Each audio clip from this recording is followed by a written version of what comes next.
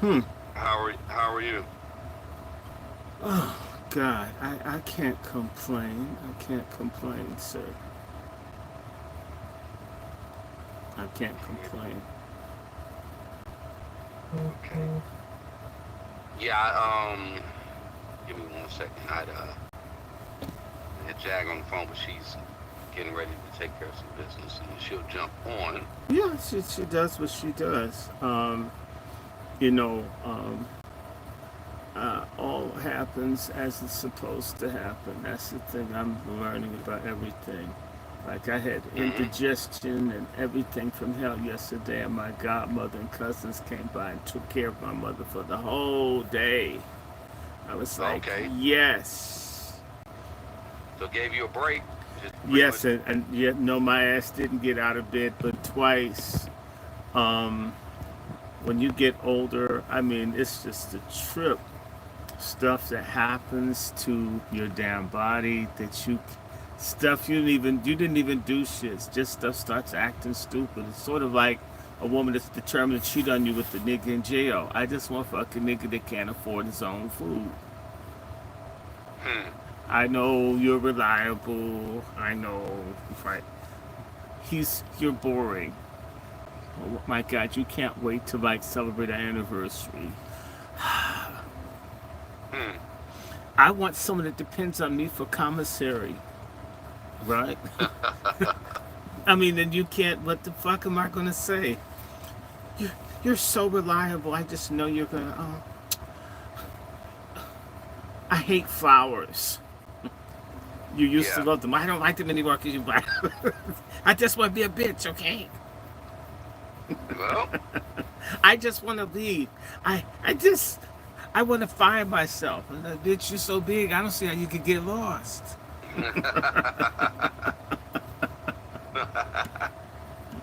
So, That's funny. no, it is funny. So let me see. Hey, I just want everybody, well, whoever. This is just a fascinating time. Um, Again, it's going to be interesting. Wow, you know what today is? August 10th. Yes. Let me check. I'm pretty much certain I'm correct. We can have a conversation on it. It's either today or it's tomorrow. I think it's within the next. It's either today, tomorrow, the day after. Let me check. I don't want to say anything that's wrong because I'm not trying to be the smartest nigga in the room, if there is such a thing. Uh, Hmm. Hmm. but Hmm. let me see. Here it is.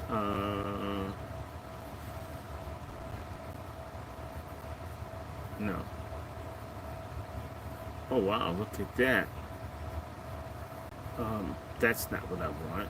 I'm looking for Safari. Come on, Safari. I want to do something else. I want to look for, here it is, Google, and I think we're very close to it.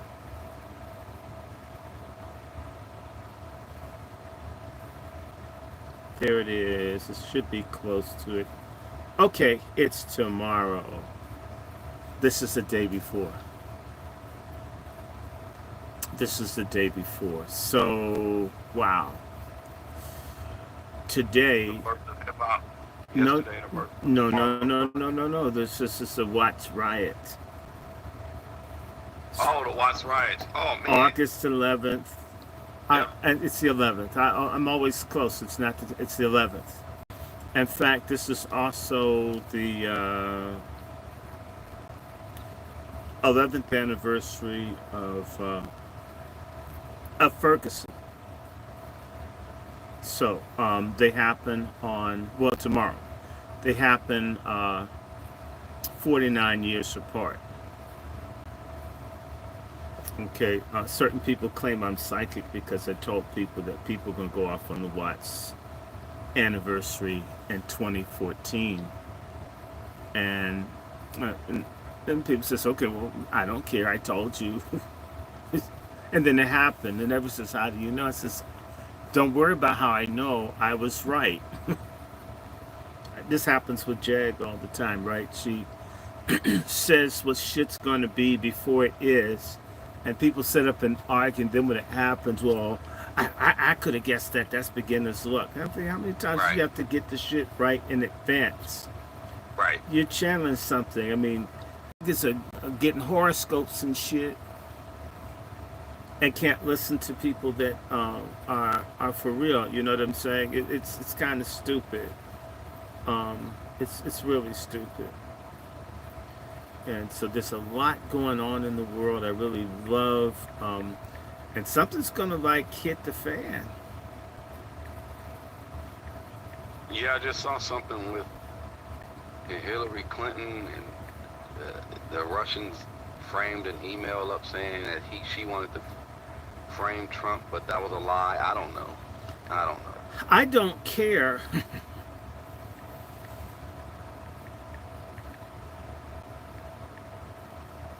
I don't care at this point. My thing is, we're gonna have a very, very interesting time if we're not nice to each other. We don't. I mean, the people, and that, of course, it's not gonna happen. That's too much like right. But they're gonna mess with people, and we're gonna have this country's gonna have a reckoning with itself. It's unavoidable, Hmm. right? I mean, what can you do? I can't make anybody love anybody. I can't make anybody. I can live a decent life. I can respect other people. But if other people don't want to play along with that, if they want to be assholes, they want to be racist, they want to be coons and tethers and all this other kind of stuff, then it happens, right? You get a messy situation like what we have. And, you know, what the hell was this? So that's how it goes. And you don't really worry about that. So let me see. And the other thing I was tripping off of, all of the celebrities again. That thing that was blowing my mind again.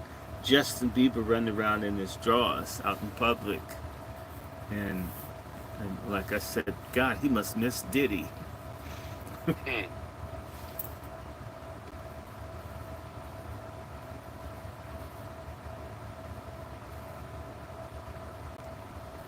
Hmm. He must miss Diddy. I'm trying to think. That's the last thing I would do if I have been known to have been a minor around a person that is alleged to have taken advantage of other dudes. The last thing I would voluntarily do is be running around in my drawers with the pants Yeah. almost stuck in the crack of my ass. I mean, I just wouldn't want to do that. I would, I would be trying to think of something else to put on, something, right? Didn't I send that to you? Did you see that? That's like, Yeah. and you're running Yeah. around. I mean, so I don't know if he's high, if he's having a relapse. I always wonder how do people deal with sexual trauma when they've been like dealt with, and I'm just wondering how that's gonna work. Um, that's something else. This whole trafficking thing. Are you? What's this thing that you're gonna do on trafficking that's coming up? You might as well just say that out loud for people that are Los Angeles space. There's gonna be a thing on human trafficking where, Hold on 1 second. and you know what? I'm gonna take about 2 seconds. I'll come right back. I'm gonna do something. I'll be right back. Give me all of say a minute. So Okay, go ahead. everybody be cool. Be cool. In fact, be patient like black slaves were. I mean, that's easy for some of us. So nothing's gonna change. Just be cool. Okay, I think Jag, you there? Or you still it says connecting audio? Hold on. Give me a second.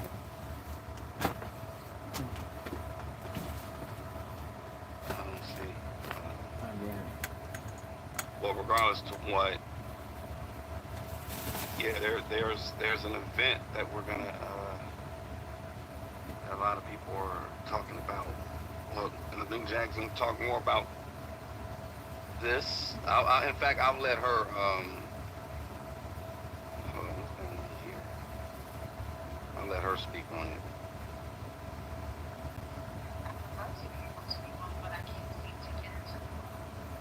I have you admitted.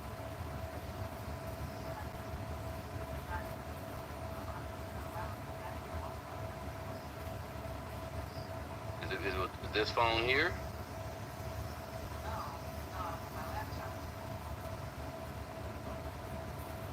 Yeah, you should. Yeah, you should be able to. It says did not connect audio.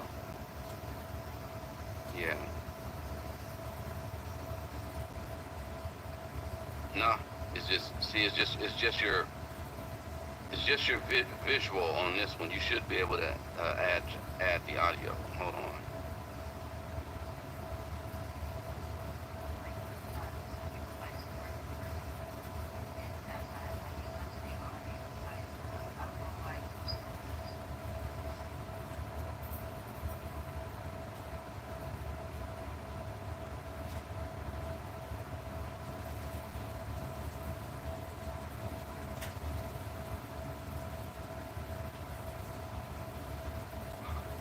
Yeah, on my end, it's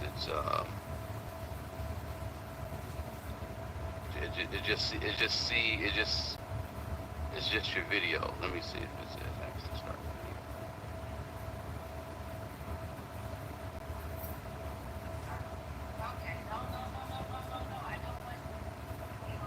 video. Okay.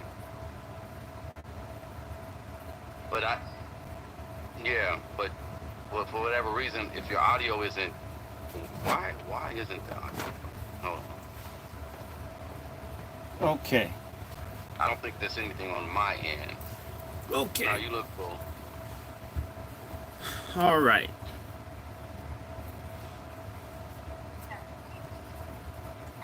I hear a little bit of a voice out there. No, hold on. We're trying to get Jag's audio for whatever reason isn't working. What the hell is that? Okay,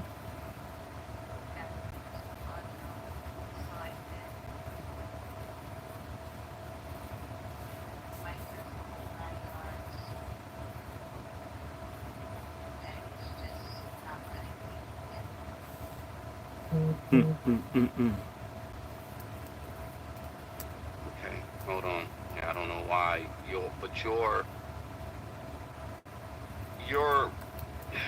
your audio icon doesn't pop up. Okay. Do you need them to go out and come back in? That's what I was gonna see. Okay. Go out and come back in. I'm gonna go out and come back in too. Go ahead.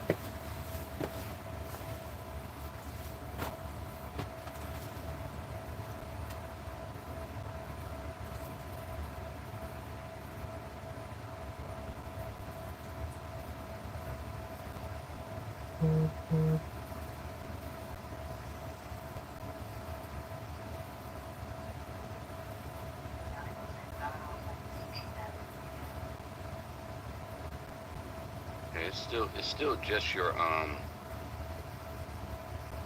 it still just says your audio. I mean your video, not the audio. Just maybe you just want to do it via phone, because you could do it via phone.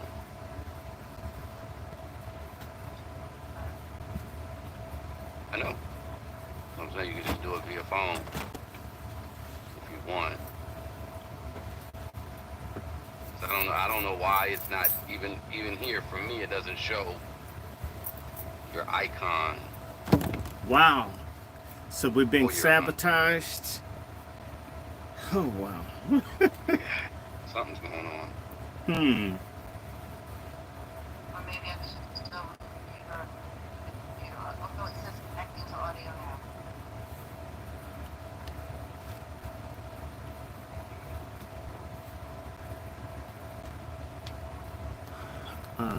Well, let's see.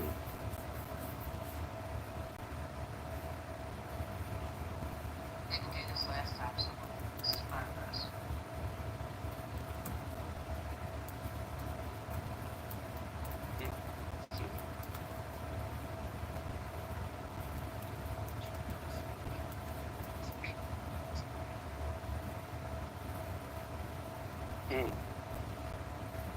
Hmm. Well, I'm gonna just shake my white Jesus up in front of that. Maybe he can help, man. Help us out, right? Yeah, yeah. He's a star. Okay. So yeah, white Jesus is gonna get us through this. It says it's a setting. Cat was telling you it's a setting. You have to click on your setting.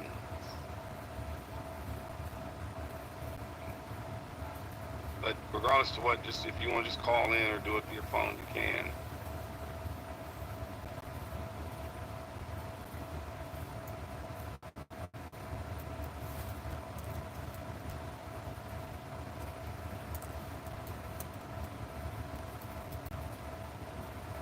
Alright, yeah, that's what I'm gonna do because this is just getting on my nerves now. Yeah. And I don't see. Hold on a second. Wait a minute. What's this? Hold on. I'll send it to you. Yeah.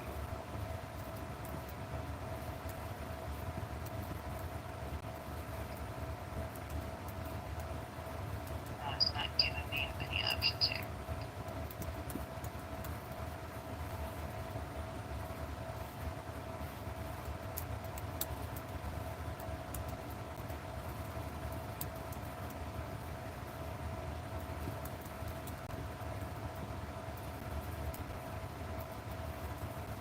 On it. No, I'm sending it to you here. But you should already have the email. Yeah, whatever. Maybe it's just something with the settings. I'm not sure. Hmm. Oh, this is shit. Alright, let me email so I can find it. All right. Hmm. Hmm.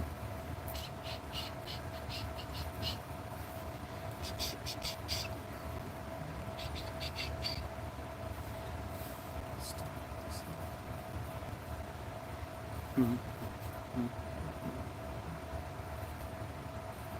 Okay.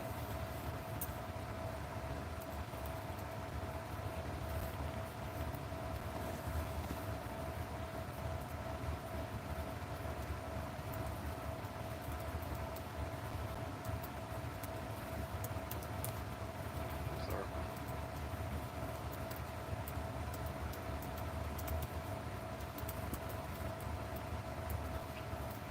Okay.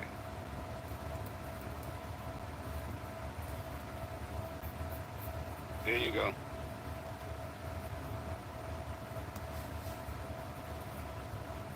Can you? Yep, perfectly.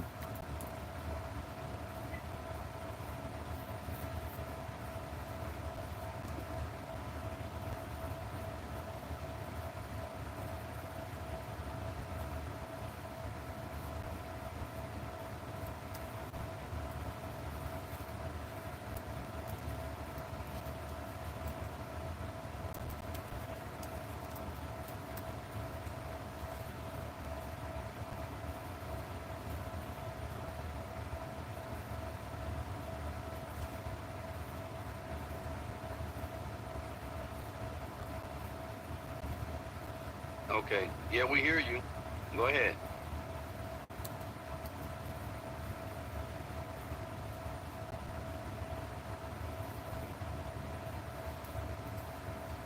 Yeah, you there? You hear me? Who? Me or Jag? Oh, Jag. You know? Because I hear her. Okay, can you hear me now? Yeah, So the headphones. just leave the headphone. We'll get you some new ones. Nothing is cooperating. And why does everything sound so low? Hmm. Sounds Turn it familiar. up. Hello? Yeah, you hear me? Okay, finally. Yeah, I swear, it's like everything is trying to stop progress of the movement going on Oh, here. yeah. Well, My goodness. oh, it's supposed to do that, babe. It's supposed to do that. It's not This supposed don't want to work, that don't want to work, this work, that work, everything will work. It's it's Oh, it madness. sounds like a no good black man. Oh my good, or a vice mayor. So, you know, Or vice president. Or a congressional black caucus member. Or a Kojic bishop. Or a pork chop feminist. recording in progress. Or a human trafficking thing. Or an Epstein file release. Nothing's working like it's supposed to. Hmm. You know, I'm starting to just lose hope a little Hmm. bit. Like Hmm. I'm ready to just give hope a middle finger. Well, you should have already done that with some grease on it at least. And you know, hey, welcome. And just so everyone knows, this meeting is being recorded. Um, we had a really progressive conversation the last time we were here. And guys, please forgive me if I'm not cammed up right now. Life is weird. It was a weird Saturday full moon night leading into a Sunday.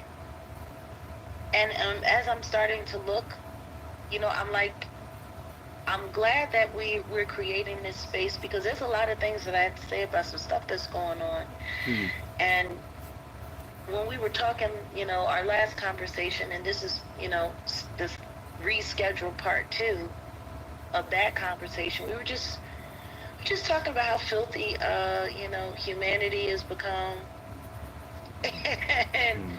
and the fatigue of it all. And I saw 2 things that I really wanted to address Hmm. today and have an out and out conversation, but have a real full on conversation with Dr. Short, because I always appreciate his opinion. But there's 2 things happening with 2 young women right now. One is 25, one is 18. And I think it's all symptomatic of everything that we were already talking about in this conversation. Sha'Carri Richardson and Little Tay. Are you familiar with either one of these I know young the women? first one. When you start hearing this hip hop, little this and small that, you don't know if they're talking about the genitalia or who they are. I thought they stopped doing that with Lil Stevie Wonder in the '60s and so forth.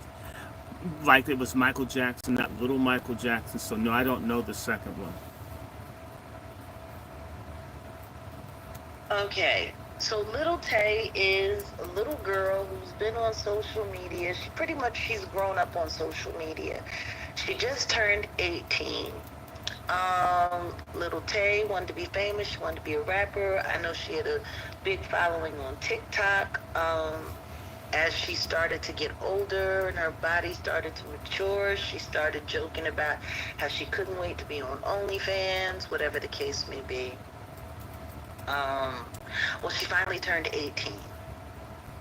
And I mean, when I tell you she's been on social media since she was like 9, 10 years old, I mean, you know, she was, you know, she was going to be a rapper. She was going to be this, she was going to be that. And she wanted to be rich. She wanted to be famous. She wanted to get that money. Well, yesterday, she became a millionaire. She Hmm. made $1 million in just a few hours so that she could show her 18-year-old, I just turned 18, naked body. And she actually was sitting, she was excited and got on social media. I made $1 million in just a few hours on my OnlyFans, and and I turned 18. And look at me, and whoopty whoopty whoop. And then she made a comment where she said, and I want to thank you to everyone who pre-ordered for this back in 2018. Damn. Yeah.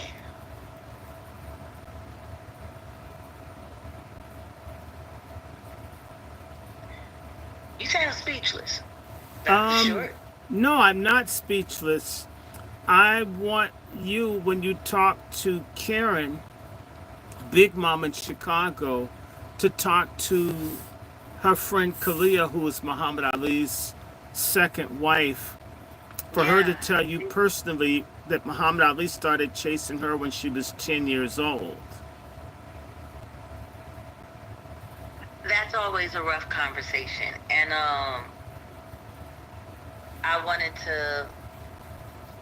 She's got a Karen book. about it. She's got a I book. thought she was a book. The book. There's a book. It's on Amazon, and so, you know, I have big plans for you. There are a whole bunch of people that can get down with Jaguar, and we're not going to let people isolate you.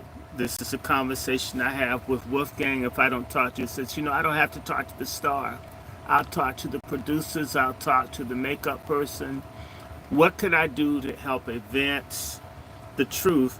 So Kalia's, she's going all over the country, and so 10 years old. It's a grown man, and it's like there's this guy who, I won't say who, but I'll just say that I see this kind of stuff all the time, even in church. Someone looking, old, dirty man looking, oh, she's going to be hot in about 5 years. You're already sexualizing the child, man. I could imagine what kind of bus line she's going to have. You know how they have futures for corn and pork bellies? Well, we have it for pussy, ass, and tits. It's disgusting. When you think about it. Yeah. And I was a young woman who was sexualized, and I didn't realize it. You know, that's the funny thing. You don't realize it until you're an adult, and then you see them doing it to your children or to your nieces and your nephews. When it's happening to you, it's a little different, especially all depending on the attitude of the women that you have around you, the women in your family, the men in your family. My father was never jive with any of that stuff, which is why everyone in the family kept everything a secret from him, because they knew if my dad found out, he would go World War II and people would start disappearing. So, you know, my mother, she was very big on keeping secrets, and it's kind of wild because when I think back to it now, how much it was normalized in my mother's family. You know, that's part of the reason why they all turned against me when I started speaking out about what was going on. You know, it was okay in their eyes for 20-something-year-old men to be looking at us, to be talking to us, to be buying us things and stuff like that. And it's not just men, it's little nasty old women that be kissing on the little boys when they're 3 and 4 years old. Oh, girl, I'm gonna get me some of this. Ooh, he's gonna be so hot. I mean, no, I mean, basically, we're dishonest about how much pedophilia and stuff is in the black community. I'm fucking sick of it. I talk about it, and you're not. I know a lot of people that don't talk to me, and please continue not to talk to me. Okay, if you're family, you're listening. Because if your dad screwed you, if your mama let your dad screw you, and you haven't gone to get help, and you're like in your 50s and 60s, damn you. And you let this shit go on another generation or so. Or what my great-grandfather, my great-grandfather was basically a pedophile. He had to have been.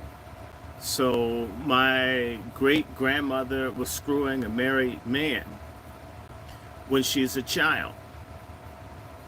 So, yeah, I said it. and died young, It's, died at 24. So, I don't want to hear, okay? I really don't want to hear, right? In fact, I need a calculator. Let me get a piece of paper and try to make certain. But I think he's a pedophile. If he wasn't, he's close to it. I mean, it was too close to the edge. And this has been going on a long time. And this was going on during slavery. We bitch about it when we say the white man did it. But what about when our white man is the black man or black woman? Niggas, please don't piss me off. I don't care if it's Sunday. I'm a Sabbatarian anyway. You may be praising God's Day. I did it yesterday. That's probably why I hit. Shabbat Shalom. Happy Sabbath it Yeah, was. it was yesterday. So y'all have the wrong day. I do what I want today. Okay. Yeah. Let me see. I think she died 1924. And let me see. My grandfather's born 1918. Right. So let me see how many years was that. So he's about 6 years old. And let me see. She's born 1924, and she was about 20 years old. Oh yes, she's 14. Yes, so that means he was screwing her when she was 13. My great grandfather who died early. Real talk. And, I mean, and my great that's so grandfather, common. my great grandfather was a hoe, and the family name, the people who are real hoes in my family, where the men are assholes and shit. The last name is Gray, Gray. If you meet a person, a black dude with the last name Gray, run. They treat women like shit. They're assholes. They're psychotic. They're cruel to children. Um, they will fuck a child. They will fuck adults. My grandfather's such a whole. Bessie Smith she would be straight because he would drop the pipe and shit. Then she'd probably be mad at him, go back to women when she left town. Yeah, if you hear the name Gray, run, run. Run! I mean, It runs in my families. It runs in families. My It runs in grandmother, families. she was, Hmm. her whole Holes. childhood, everything was all torn upside down. Mm-hmm. When she married my granddad, it was when she was 18. Mm. And he married her to get her off the streets. She had already been through all kinds of stuff, and from what some of the family members said, she was prostituting to survive, things of that nature. She had got thrown out of the house because she wanted to get married when she was young to a guy that was closer to her age.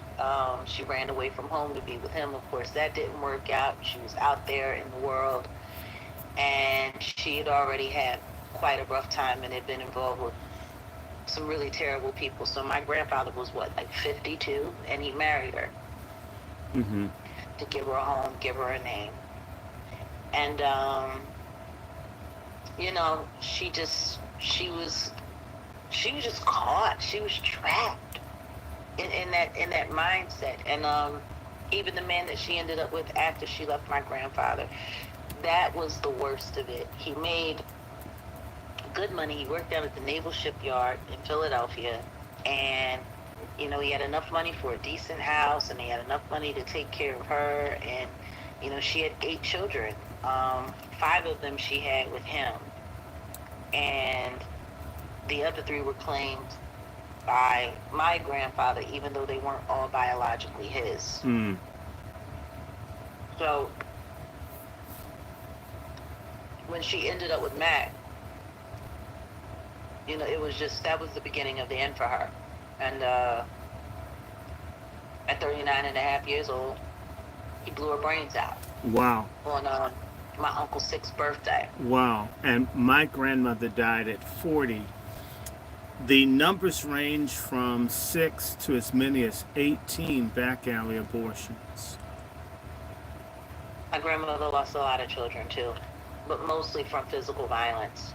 Um, hmm, Mac would he would beat the crap out of her. He would rape her in the house in front of the kids. hmm, He would do all kinds of things. hmm, The problem that I had as I became an adult, so many different members of my family had so many different perspectives. My mother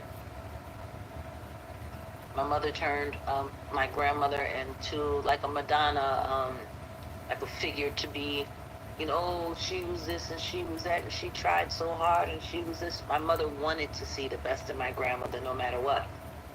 I have another aunt who demonized her, called her all kinds of horrors, told the family that she died from smoking and drinking rather than being honest, because she had been sexualized and became the lover of the stepfather who murdered her mom, the biological children, all of them, and it's, when I look at my mom's family, it's just terrible, and nothing ever really got better. None of them ever got help. and they never ever deal with it, and they don't like anyone that talks about it. No, but they encourage all of the sick behaviors. I watched it carry over onto some of, my little cousins and stuff who were sexualizing and molesting each other and things of that nature. And the funny thing is the only kids that were doing it were the ones who spent time alone with Daddy Mac, which was what his name was. I don't know how you let a man who molests children, who watches pornography and pays high school girls to come and give him fellatio twice a week. So he's a good humor man. Like that babysit your children. So he's the good humor, a Diddy good humor man back in the old school. Exactly. That's disgusting. Exactly. So for me, watching everything that's happening in pop culture, I get it, I understand it, and I'm sitting there and I'm looking. People are not paying attention to all of the people around Diddy whose mouths have been closed about the kind of stuff that he's been doing, and the reason why is because either they've been affected by it, or they've covered for him, or aided and abetted him. Or silence pays, or so people think. Yeah. If I keep my mouth shut, I can get this or that. I'm just not going to be involved. I want to direct this towards the ignorant black people listening. Why do white people go along with racism and injustice? Because it doesn't impact them, or at least they don't see how. So they're silent. They pretend it doesn't happen because it's not messing with their bottom line.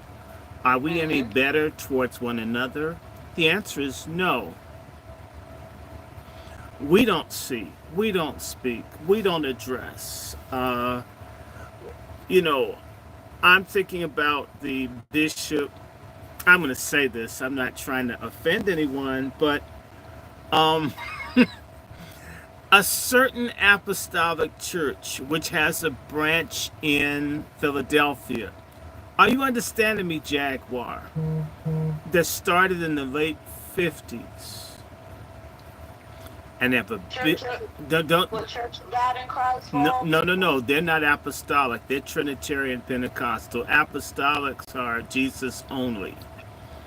Apostolic, okay. And so come on, you got to hold on. Let me get get with the program. There's a big fight in black holiness circles over just in the name of Jesus. And then they're Father, Son, Holy Ghost Pentecostal people. And it's a big fight. They're both freaks, okay? Okay, they're freaks. Let's just be honest, right? And it doesn't really matter how you slice it, because they're freaks on all sides. But I'm thinking about the great bishop in a mid-Atlantic city. One son dies on drugs. Another son is gay. A daughter is gay. And one daughter dies right after the father when the brother is caught in bed with another man and throws the wife out that caught him. People that know what I'm talking about, and I don't hate, love the family. Do not hate the family at all. Something happened that you have 4 kids and you had 3 strikes and you're out. I mean, so the one that's okay, mm, but what happened with the a druggie, a stud, and and the queen? Well, they're always covering for the ones who are, trust me, I know. I didn't I watch say it happen in names, my so own family. you can't accuse me. For you that know who I'm talking about, and by the way, I like them all. I don't hate anybody. I'm just saying something happened. Something happened. And I've seen this in other, like there's a complete, you'll have a great mother or father, a great this or that. This is why I look at TD Jakes. I'm more concerned about Jakes. We haven't even talked about Shitty. I talk about Jakes because that's supposed to be morality. That's supposed to be God. That's supposed to be a place of healing, restoration, salvation, and so forth. And it's more often not than it is, and it could be. You don't have Well, any it's a setup. discussion of If you ask me, Dr. Short, it's a trap. it's not just a trap. It's a Ponzi scheme brothel, okay? Yeah. And they don't even have tampons in the restroom in most of these churches or condoms. I mean, at least give all the money you put in them bitches. You should at least get something. Yeah, Um, well, I mean, you we know, already know the bottom line. A lot of these churches are to get paid. And yeah, it is to get paid. And the only one I halfway respect is Love Alive at Walter Hawkins. They had a little place for all the choir members that had AIDS to die. At least they looked out. I got to give the LGBTQ folks who are not necessarily on the right side of God, but at least in Oakland, they took care of the victims of the bullshit going on. I saw places where your choir director would get AIDS and then the people would shun the person. oh But you, yeah, you boogied off that nigga for 20 some odd years. You knew how he was. You looked the other way when the organist took a liking to someone else's kid, had him sitting on the slab. And and nobody wanted to act like that was strange in any way. no, that's not strange. And then when somebody gets turned out, oh, well, God's using them. Yeah, the organist is using them too. And it would be the word organ. Just it would be the organist. Anyway. So I you mean, I think a lot of people forget that the devil is heavily working inside the church all the time. Matter of fact, he's going to work hardest where God is supposed to be, because he wants to make sure that when people become broken, they don't look to turn back to yeah, God. because you're mad. I mean, I got supposedly a cousin of mine is the product of a rape within a Pentecostal church, a major Pentecostal church, a mega church. One of my cousins is a product of his mom getting raped in the pastor's study. And that seems to be a practice within a particular major black Pentecostal organization.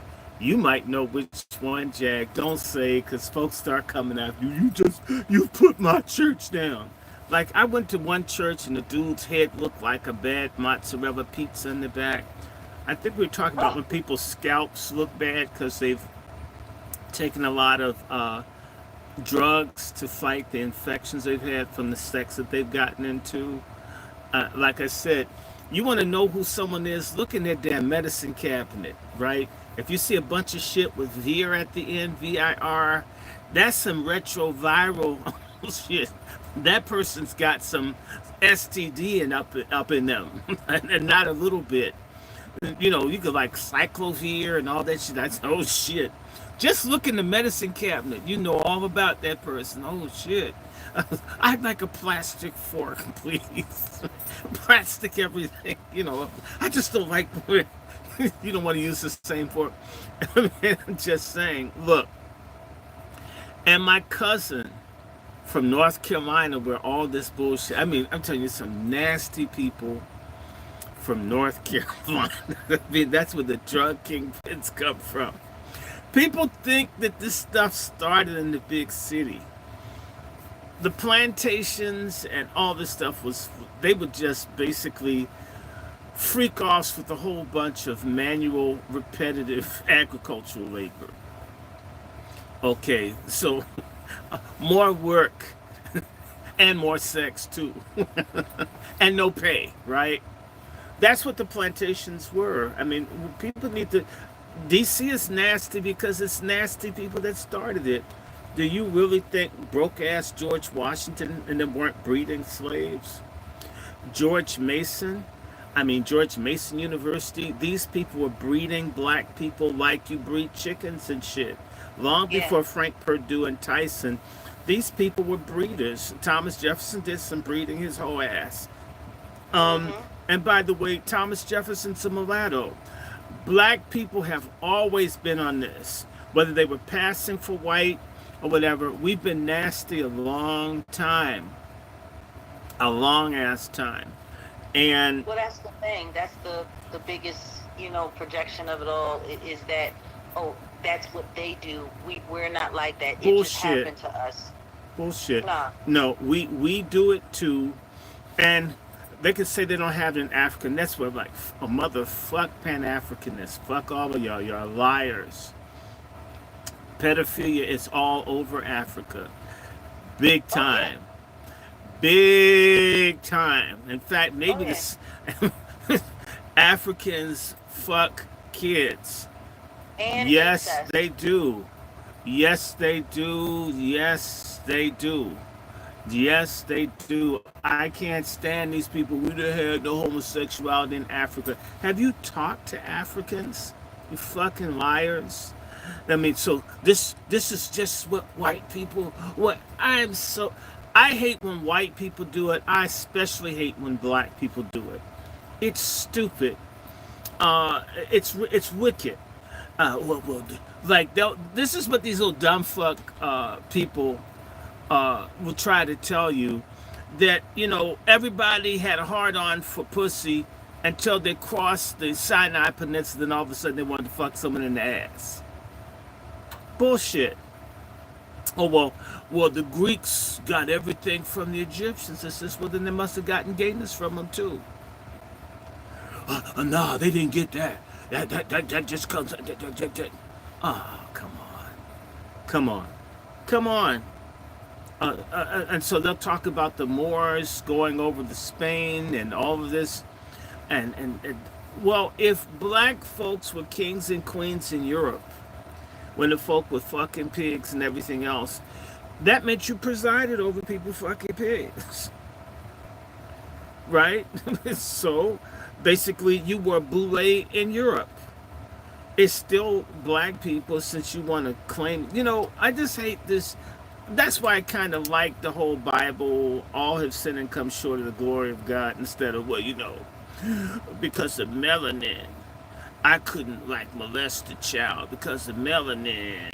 Melanin, it Oh. makes, oh God, the nastiest, vilest people I know talk all of this melanin and Egypt shit. And in fact, a whole bunch of folks get into all that stuff so they can be whores. Notice with all this stuff with Diddy, have you heard from any of these melanin motherfuckers? Have you heard from any of these Afrocentrics? The people are supposedly so our proud history in Egypt. The pharaohs were fucking brothers and sisters. The ones that they want you to look up to. You ever looked at how deformed they are? This shit is integral to the human condition without the intervention of God. I hate to get holy and shit up in here, but No, but it's damn, true. damn. So please don't come. I got a family full of freaks, and they don't talk to me either. Jag, fuck them, die off, shit, and don't and shit. You know what? I'll leave this house to fucking my cat Selfish before I will anybody that's quiet about this shit, especially about the family member that used to be a nymphomaniac and all your kids are in and out of jail, and grandkids in and out of jail, and y'all got babies everywhere, and God forbid what's going on. And the nigga that stepped on me to come in and fuck you when I was about 5 years old, and y'all yelled at me for getting up because the nigga had his boot in my back. What the fuck? You go to your funeral, I'll go to mine. I mean, we're supposed to piss on ourselves on the project department floor as to not disturb if you got two niggas that you doing at one time. You know, I don't care. I don't care if people change religions and names and shit. I remember every single fucking thing. I mean, every single damn thing y'all did. I seen it. I heard it. I remember it. And as long as you don't confess it, shit. So please don't call me. Please be afraid of me. Yeah, I'm going to tell your kids and grandkids. I may embellish that shit for as long as I've had to hold it. Okay? And it's not everybody, but it's some. And they're very quick to get into these little stupid religions and shit and change names. And I'm Chakra, Osiris, Isis, Lumumba, Akbar. You know that fucker's crazy. Named from like 10 different cultures at one time. Never been to any of the countries, never read a fucking book. And well, no, excuse me, sister Akbar, Isis, Osiris, Zeus, Bay. Yeah, you gotta put the Bay on that shit. Should be bitch. I mean, it's bullshit. And we have all of these dumb you were better off being hypocrites in the church, stealing potato salad. Stealing chicken and shit. Taking food out the church social hall commercial kitchen back door and not giving it to the people. They're going off into a goofy, stupid, dumbass cultic religion, and y'all smoking just as much weed as you were when you were hypocrites in and out of the church. Okay, so again, fuck you very much. We gonna tell the truth up in here, and pedophilia is an epidemic. You'll never hear from any of these so-called black positive type people these social problems. I think I was gonna say to you, remember Bev Smith? You know, she was supposed to be the queen of black talk radio. I remember asking Bev Smith, why don't we talk about molestation, rape, abuse? Oh, well, we have to keep everything positive. It's just, well, when you have AIDS, are you positive about that? I think that's the last time we had a phone conversation. You know how it is, Jag. If you're for real with these people, they can't stand you. No. You know, what's her name? That big high yellow bitch with the fat mouth. Yes, I called you a fat high yellow bitch. Julianne Malveaux. Yeah, I said it. I called you a Jezebel in the afro, and I told you to your face, go to hell. There was a container full of black women that they found up in Delaware, maybe about 7 years ago. I raised this issue in a room full of important black women, including Martin Luther King, a.k.a. Bernice King was there. I think she was there. She was mean to me, maybe because I'm a man. And she was walking with what looked like could have been a very close friend, walking with the girth of, or gait of Wyatt Earp and shit. She could have had 2 pistols on her hip and it would have been okay, right? I mean, even what happened to King family, god damn. Woo, Jesus.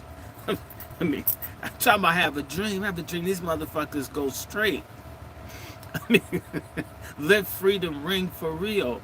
I mean, in fact, maybe it shouldn't ring. Because maybe what's ringing is, you know, the doorbell for someone to make a DoorDash for you. It's been nasty for a long time, you know, and Yeah. one of the things, if I can bring it to Philly, have you ever run across the FBI thing where Martin Luther King and Clara Ward were doing a threesome with this prostitute? I don't know what city it was in. And apparently she didn't get paid. She went to the FBI on Dr. King. No, I never heard about about Oh that? yes, you know Dr. King was screwing Clara Ward, and Clara Ward was screwing C.L. Franklin. I mean, for a stud, she really liked a lot of dudes, but you know her mother, who looked kind of butch-like, her mother kind of looked like the actor, I forget the actor who played Alex Haley's father in Roots. You know who I'm talking about? Um, Gertrude Ward. Oh, good. I got this flat. Gertrude Ward looked like this dude, but with the old churchwoman hats and such. And that's why they're probably singing "Pack 'Em Up." They're probably packing them. Oh, but you know, yeah, Clara Ward was not Clara Ward, but yeah, Clara Ward was a lesbian. My cousin was telling me about that and how she could drink a whole fifth of gin straight and still do a gospel music performance. So this is what I'm saying. I talked to you You'd be about surprised Hollywood. how many of the old gospel singers were stone cold alcoholics. I was shocked when I found out Oh how many. God, all of them. Mahalia wasn't a druggie or any of that, but then people said Mahalia swung both ways, and, and so that makes you wonder what "move on up a little higher" meant. But I hope not, because I love Mahalia. But I don't think she was a druggie or any of that. But some of these people are just complete freaks. My cousin, who's no longer living, was just saying Sam Cooke swung both ways. I hope not. I love Sam Cooke, and so I don't claim that. That's what my cousin said. I disagreed with him, but and a The lot of thing people. is a lot of people don't want to be honest about it, but most people in the arts do. Hmm.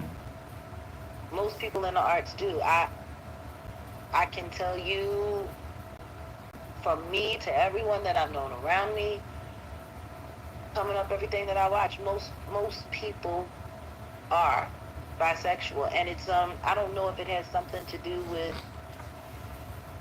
you know, what's different in people. You know, people who are artists, they think different, they act different, they feel different, they emote differently. So I don't know if it's a genetic code that's been around for however long, but the truth is most people that I know, I'd say at least 85% people that I know who are artists are all bisexual, one Hmm. way or the other. I'm glad I'm not that artistic. Let me tell you, this little no good preacher. Did I ever tell you this story? I was visiting the assistant pastor. I'll say which church. Fuck it. It's for the freaks anyway. Plymouth Congregational Church. It's on North Capitol and Missouri Avenue in Northeast Washington. No, it's Northeast Washington, D.C., right? And, Hmm. you know, the pastor's assistant pastor had the nerve. One day, I came through just to say hi. And he said, you know, you ain't so bad for a bisexual young man. I says, what? He says, well, you're nice for a bisexual guy. I mean, that's... So I came over to him. I was in his study, in his desk. I says, you know what? I don't buy anything sexual. Okay. Same way I don't buy your Christian conversion, right? But since you tried to assess who the hell I am, let me break you down. You're a serial adulterer. You are a deadbeat father and child support. Your children hate you.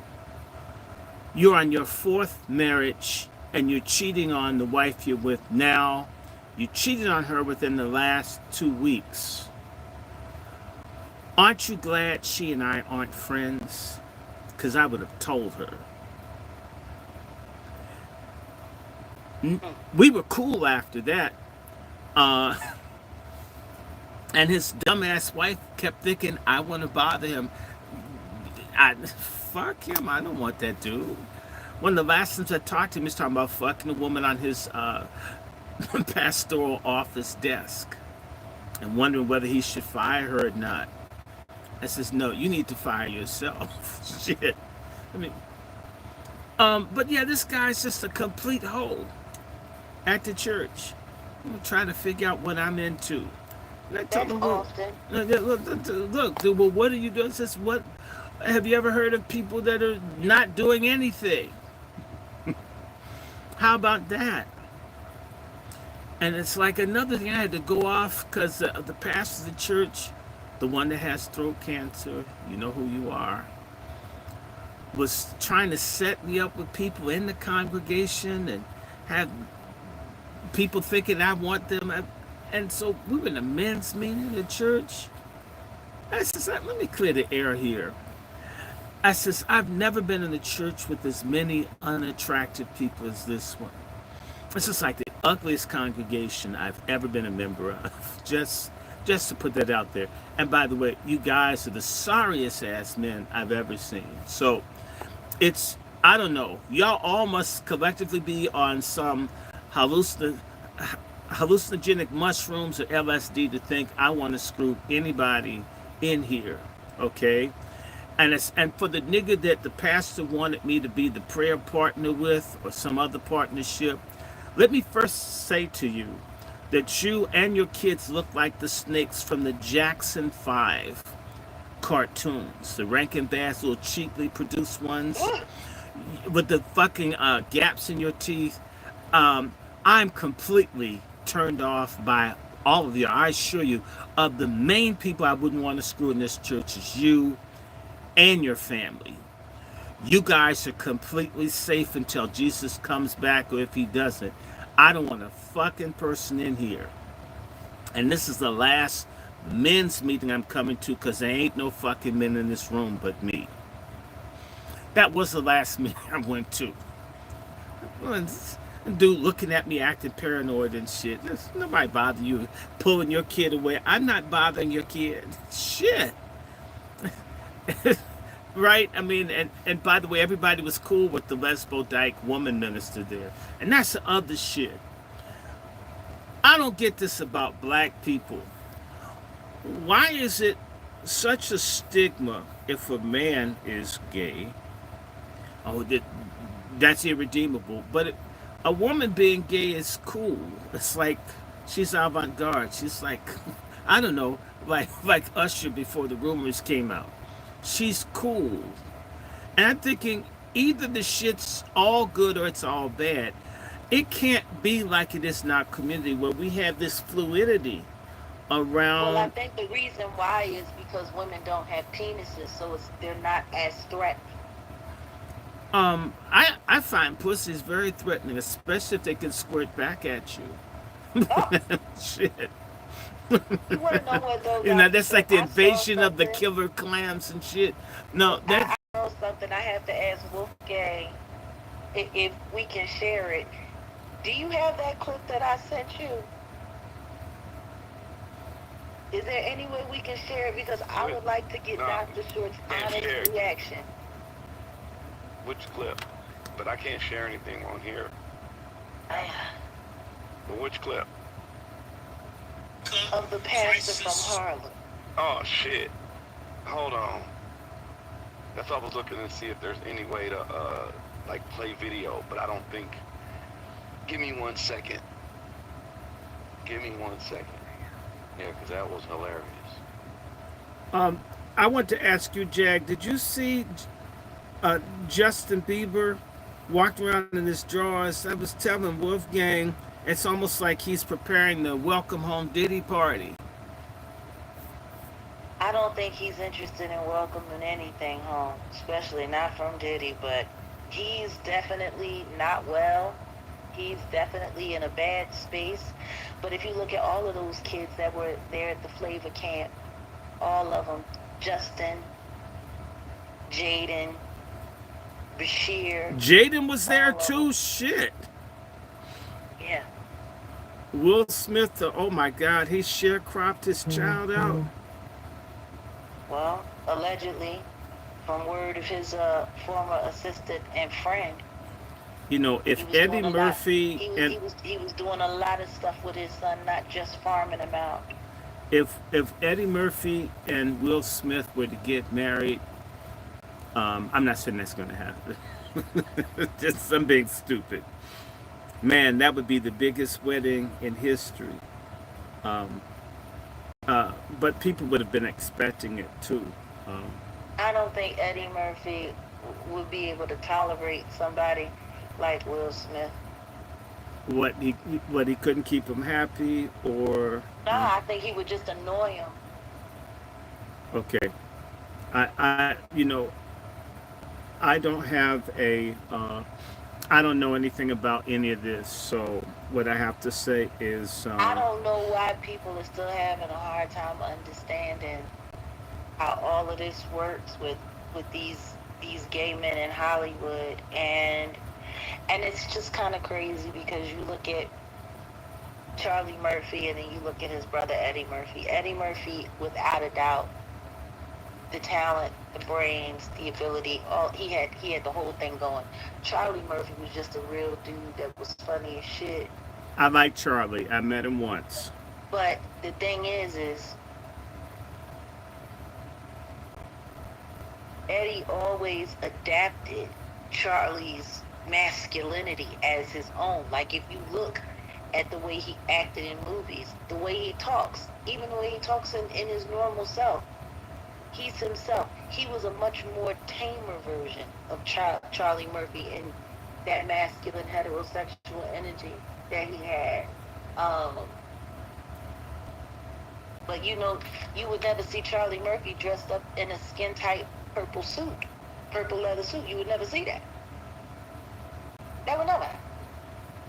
Well, my dad would say that Eddie was a sister. I'm not saying I loved Eddie Murphy. I still, but you know, when we were young, you adored these people. I still like them for then, but they don't really act well. I don't know what happened. Although I love Norbit, which came out on my birthday. I absolutely adored that. Norbit was a great film. Yes, it was. It came out on my birthday, Jag, of all things. So, That Dr. Short, we have this clip right here. It's a podcast. A bunch of young men. I've never seen it before. They got 1 million subscribers. Isn't that interesting? Okay. But they were doing some random commentary of this minister, and they were labeling his sermon as black fatigue. So with all of your church expertise and knowledge, I wanted to see if we could get your honest reaction, you know, to this. Is this the right pastor up in New York? He's in Harlem. Yeah. I've seen him before. The one that would always make fun of Obama. I loved him for that. Well, because we know how you feel about Ofaga. Yeah, So thank let's you. see what you. I love the let's way see you how- say it. It sounds good when you say it. Let's see how you feel about this commentary. Did he send you the picture of Michelle, who looked like she was a WWE retiree? Oh Lord Jesus. And did you hear about that before we go? They're now complaining about people throwing dildos on the floor at the basketball games for the WNBA. No, I haven't heard about that. I guess I've been That's out the loop. it's on the news because there are people assaulting each other with dildos at the games for the WNBA. Wow. Well, I don't. I think a woman assaulted a little girl with a dildo, and then they've been throwing dildos on the court, so that people tripping over dildos, running up and down, trying to throw a shot. Are y'all able to hear? Okay, turn it on. Turn it on. Yeah, no, we can't hear it. Oh, okay. I think. If not, I can turn it on. If you tell me where it is, I'll play it on another device. Okay, hold on. Is that on YouTube? I It think I hear is. it. But hold on a second. I think he's gonna work it out. I got. Darn color. I'm not about that, but y'all raised it. If you start it, I'll end it for you. Don't start nothing. It won't be nothing.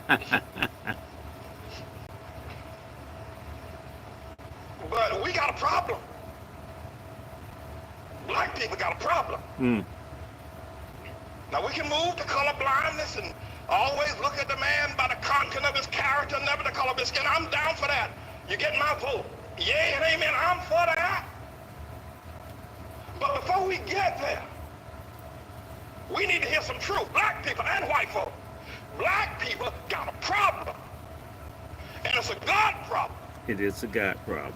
When black people see the world, I don't care. You can train them. You can train a black man to be a physician. You can train him to be an astrophysicist. You can train him to be a lawyer, but you can't train him to understand the world. He doesn't know. I'm telling you. There's not 2 cents worth of difference between a mass murderer. There's not 2 cents of difference between a petty thief that's locked away in prison than a black doctor when it comes to understanding the world. Listen, you listen. That's crazy. We got to deal with this. And we need to begin to acknowledge it, talk about it, ask God to help us, because only God can help black people where they are. Black people had Africa, that big old continent over there. They never built one boat that was seaworthy. Not one. Oh, shit. There's not one monument in Africa, in all of Africa. I know you're talking about Egypt. Egypt is not Africa. There are no great cities that were built. Even before the first colonization of white people coming to the shores of Africa, or the slave ships, black men built nothing. No sewer system, no houses above one level, and none of them made out of stone. All of them made out of grass and wood.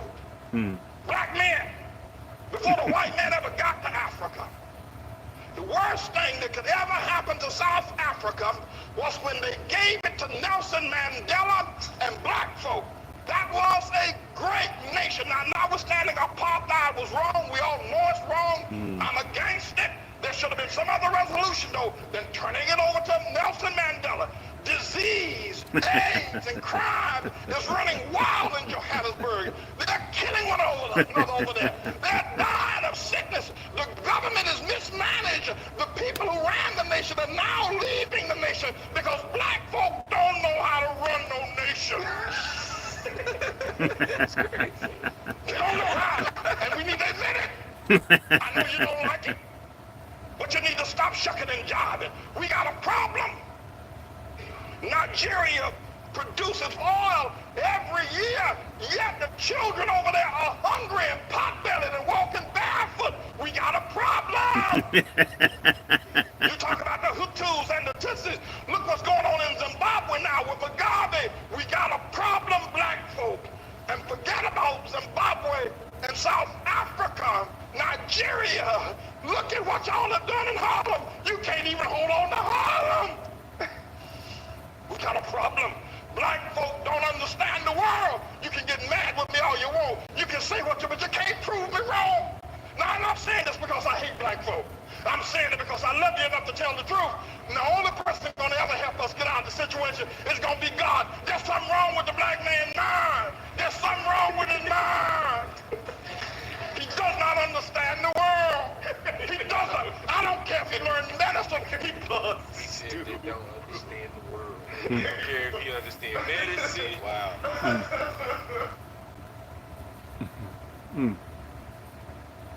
Let's hear the rest of it.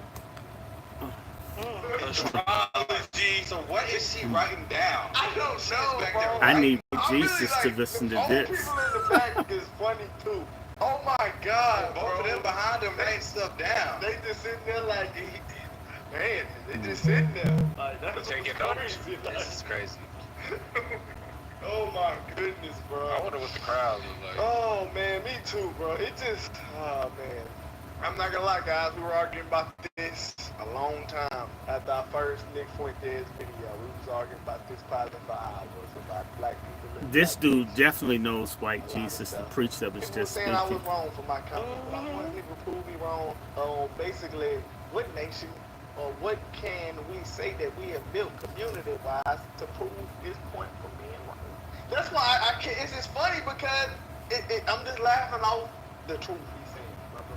Because you also, they brought us over here into these, well, okay, tax dollars built these communities, and they just gone into shit, bro.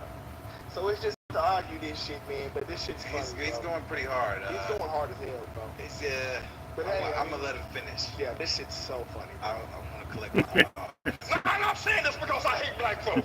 I'm saying it because I love you enough to tell the truth. And the only person going to ever help us get out of the situation is going to be God. There's something wrong with the black man's mind. There's something wrong with his mind. He does not understand the world. He doesn't. I don't care if he learned medicine. He doesn't understand the world. He can't even hold on to Harlem. When he was here, he moved out. We got to talk to the Lord. God, this man is crazy. People, we got to talk to God. I saw factor ads everywhere, and I didn't think they would be that delicious. I'll admit it, I was skeptical about ready-to-eat meals. And black women, Oh shit. Shirley Chisholm, Harriet Tubman, Coretta King, one of her boys. Yeah, okay, then we got a black president. But you black women, what's wrong with y'all? That white woman, what's wrong with you black women voting for Barack? Don't you understand? It should have been a black room if you're going to have a black president. What's wrong with you? Y'all ain't got no sense, you black women. Your men treat you like the dogs, like your dogs. They walk all over you. They make you pay the bills at home, and then the preachers pimp you in the churches and make you pay the bills. Y'all crazy black women. Buying these black men private jets, the tune of $50 million for a nigga to ride around in a private jet. And you talking about looking out, pastor. What's wrong with y'all women? What's wrong with you? What's wrong with you? And what's wrong with a black man that would take that kind of money out of a poor neighborhood and buy himself a private jet? What's wrong with y'all niggas? What's wrong with you? I've never heard a pastor go this hard in church. He said, what's wrong with you niggas? Bro, it's not real. Hey, this is crazy. This dude's in New York, bro. He's crazy. I think he in Harlem, bro. He is crazy. Oh my You God. know he's running for mayor right now. He has some stuff on his chest. He is running for mayor right He has some stuff on his chest he had to get now. Oh off. my God, Pissed for too long. bro. Wow. Hey. Buy himself a private jet. What's wrong with y'all niggas? What's wrong with you? What's wrong with you? Black women, what's wrong with you voting for Barack Obama? What's wrong with you? What's wrong with y'all? You niggas are crazy. Black people, let me tell y'all something. If you don't ever hear me say preach again, then me tomorrow. But let me tell you something. We're not going to ever get anywhere until we look into the mind of a black man. He doesn't think correctly. I don't care what he is. He can be a doctor. He can be an astrophysicist. The nigga ain't got no sense. You talk to him. You talk to a black man. He doesn't understand the world. He's never built anything. Wow. The most the black people have ever done, they did it here in America under white people's help. When they were in Africa, they didn't do nothing. Wow. Dude is crazy. Wow. Nah, bro. He This was dude's pissed. crazy. He had a lot to say. I can't believe what I just watched, actually. Yo, this remind me of... He said, Thank you. never gave South Africa to Nelson Mandela. Black people didn't build nothing. No statues, no monuments. Your mind. Okay, don't work. I need You to don't hear understand the world. Dr. Short's reaction.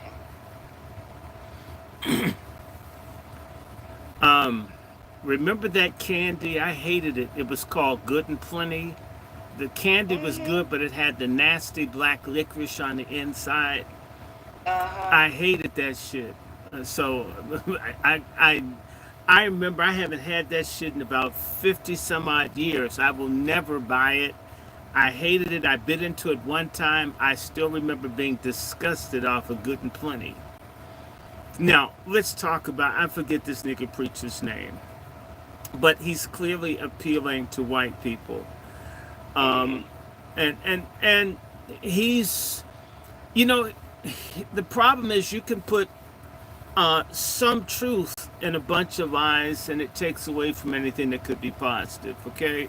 So let's just start. First and foremost, he said that black folk or Africans have never had a sewer system. And if that's the case, how does he explain his own existence? Because he's a sewer of lies and misinformation. He is a sewer in and of himself, okay? And that's pretty harsh for me when you're criticizing Obama. Normally, I like you. I mean, I'm gonna love anyone that doesn't like Obama, but I don't love him.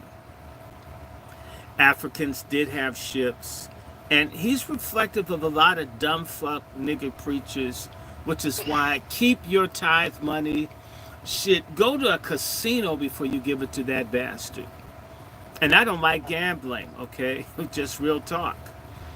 Even though Cash App accused me of illegal gambling, I don't gamble. I would rather you go to a casino and put in a slot machine than put in a basket for nigger preachers like him, because he's stupid. He's full of black self-hatred. If you hate people, he says he loves black people, but clearly not enough to read a fucking book in his life. And a lot of stupid criminal black preachers like him. They're like an STD. So black people didn't build anything. He mentions Zimbabwe, but doesn't realize Zimbabwe's named for this massive stone structures, a complex, as you know, Jag, that white people tried to take credit for and try to dismiss and all of this. He's so stupid. In fact, he should be institutionalized. He's that dangerous putting that stuff out there. To me, it's crazy. That's not black fatigue. That's classic. Basically, that's sanctified Uncle Ruckus. Okay. So, look, we have problems, just like everybody else does. There's a movie that came out in '94 called The Ref. It's a Kevin Spacey film. Maybe you've seen it, Jack. When I didn't hate Kevin Spacey, although I saw House of Cards, I binge watched House of Cards, and I already thought that before when I first discovered Kevin Spacey as an artist, playing the grown man that wanted to fuck his little daughter's best friend. I think it's called American Beauty. Yeah, American Beauty. So how's that beautiful when a grown man wants to fuck an underage girl? So I didn't like Kevin Spacey from the first time I encountered him, okay? But Kevin Spacey plays a dysfunctional husband with a dysfunctional wife, and it's a movie called The Ref. I did a movie date with my friend Ash, who you have to meet, because she could tell you, she was on the thing the other week. We did a movie date, a virtual movie date. Well, when you can't be with people you like my friend Patty Cakes, whatever, we'll find a movie and we'll watch it at the same time. And it's almost like being next to your friend to get the reaction, because they laugh, you know, oh shit, you saw that, right? Like if you were watching something about Mary and the guy's dick gets caught in a zipper and you're laughing, they're laughing, it's cool, right? But this man knows nothing. Black people built everything. They built the castles in Europe. I mean, they started the Chinese civilization. This man is so stupid. You know, we could spend the rest of this program debunking him, but we had ships, the astrolabe, and the earliest things that allowed people to do international maritime. Did you hear what those young men said, though? He's trying to run for mayor. Well, of course, if you hate black people, you get far as a Democrat or Democrat or a Republican. There's this book that I think I sent to Wolfgang. I want everybody, if you can, get your hands on this book. It's called The Road to Disunion, written by William Freeling. The Road to Disunion, Volume 2, Secessionist Triumphant. And the white people clearly talk about how they're doing everything to break and destroy black families. They just put it all out there before the Civil War, before there was some semblance of freedom for black Americans. All this stuff was out in the open, what people were doing. That blacks had no history, no civilization, we raped them. All of what happens in America, and we can segue to Cincinnati, is that, and I said this in my last live, and it offended one of the white people following, and my thing is, fuck you. I didn't say anything that wasn't historically correct. What I said was white folk got 3.6 million square miles of land and didn't lose 10,000 lives for it. That's a hell of a conquest. There are as many as 60 to 400,000 dead Palestinians fighting over Gaza City, smaller than Philadelphia. For them to hold on to their little piece, they've lost anywhere. 60,000 is the lowball number. $400,000 is the guesstimate. 400,000 people. For little teeny tiny Gaza, they've lost scores of thousands of lives for a small piece of land. White American people have not died in the millions for all of what they've taken from other people. Yeah. It's so, in reality, white Americans live in a bubble. A bubble, if you read this book again, Road to Disunion, Volume 2, you know that they had to put laws in the United States because there were white folks who wanted to have slavery, and Nicaragua and Honduras. They were just trying to take over countries, have coups, and create a slave system to hold to have black slavery, to have it in Cuba, the Dominican Republic. I mean, just on this thing, we're going to just go on with 50 people deep, and we're going to flip over a country and do what the fuck we want. And they haven't lost 2 or 3 million lives. They haven't paid a price in blood for the empire that they got. I mean, you're talking about God's favor and blessing. If it isn't that, they're getting it from someone. You haven't really paid full price. This lady got offended, says no one's ever given us anything. And I told her, look up the Homestead Act. Free land. She's right. No one ever given it. They just taken it. Yeah, no, but the immigrants that came over, it was given to them. They took it and gave it. They split it up, and sometimes they bought it for pennies on the dollar.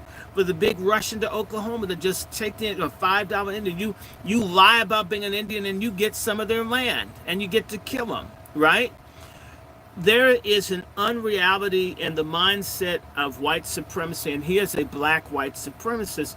So they don't understand the world, not as it really is. They understand it as they imagine it should be. So when you say nobody ever had a ship, how the hell can you say that when the Egypt, and he said Egypt wasn't part of Africa. Okay, so, right, and yet you got Nubians. He doesn't know what he's talking about. These people are so stupid and so wicked. And by the way, he's like a lot of people at HBCUs and people that are Greek, the Boule people, the Black Greek-led organizations, all of this black self-hatred, which infests the top 10, 15% of the black population. That's why the other 85% are fucked up. Every people have an elite class that guide people. They can guide them in the right direction, or they can be derelict in their duty and the people go to shit. All the stuff he's bitching about in black people is a reflection of niggas like himself that have a little bit. You're bitching about what people, where's your literacy program at your church? Where's your farm? You've been out there long enough. You've been getting YouTube views enough, and you want to run for mayor? I mean, you're bald-headed, you look silly, you don't even sound like a New Yorker, you don't have any of the polish. And then he holds up Shirley Chisholm. Shirley Chisholm supported abortion and LGBTQ, shit you're supposedly against. He didn't even fucking research her. She's a tether on top of that. He's dumb.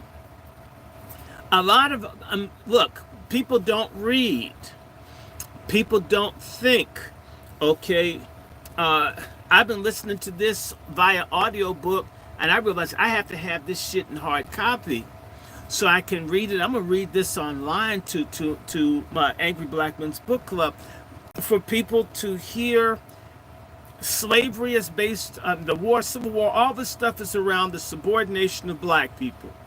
All the states that left the Union said it's about what we get to do to hurt black people.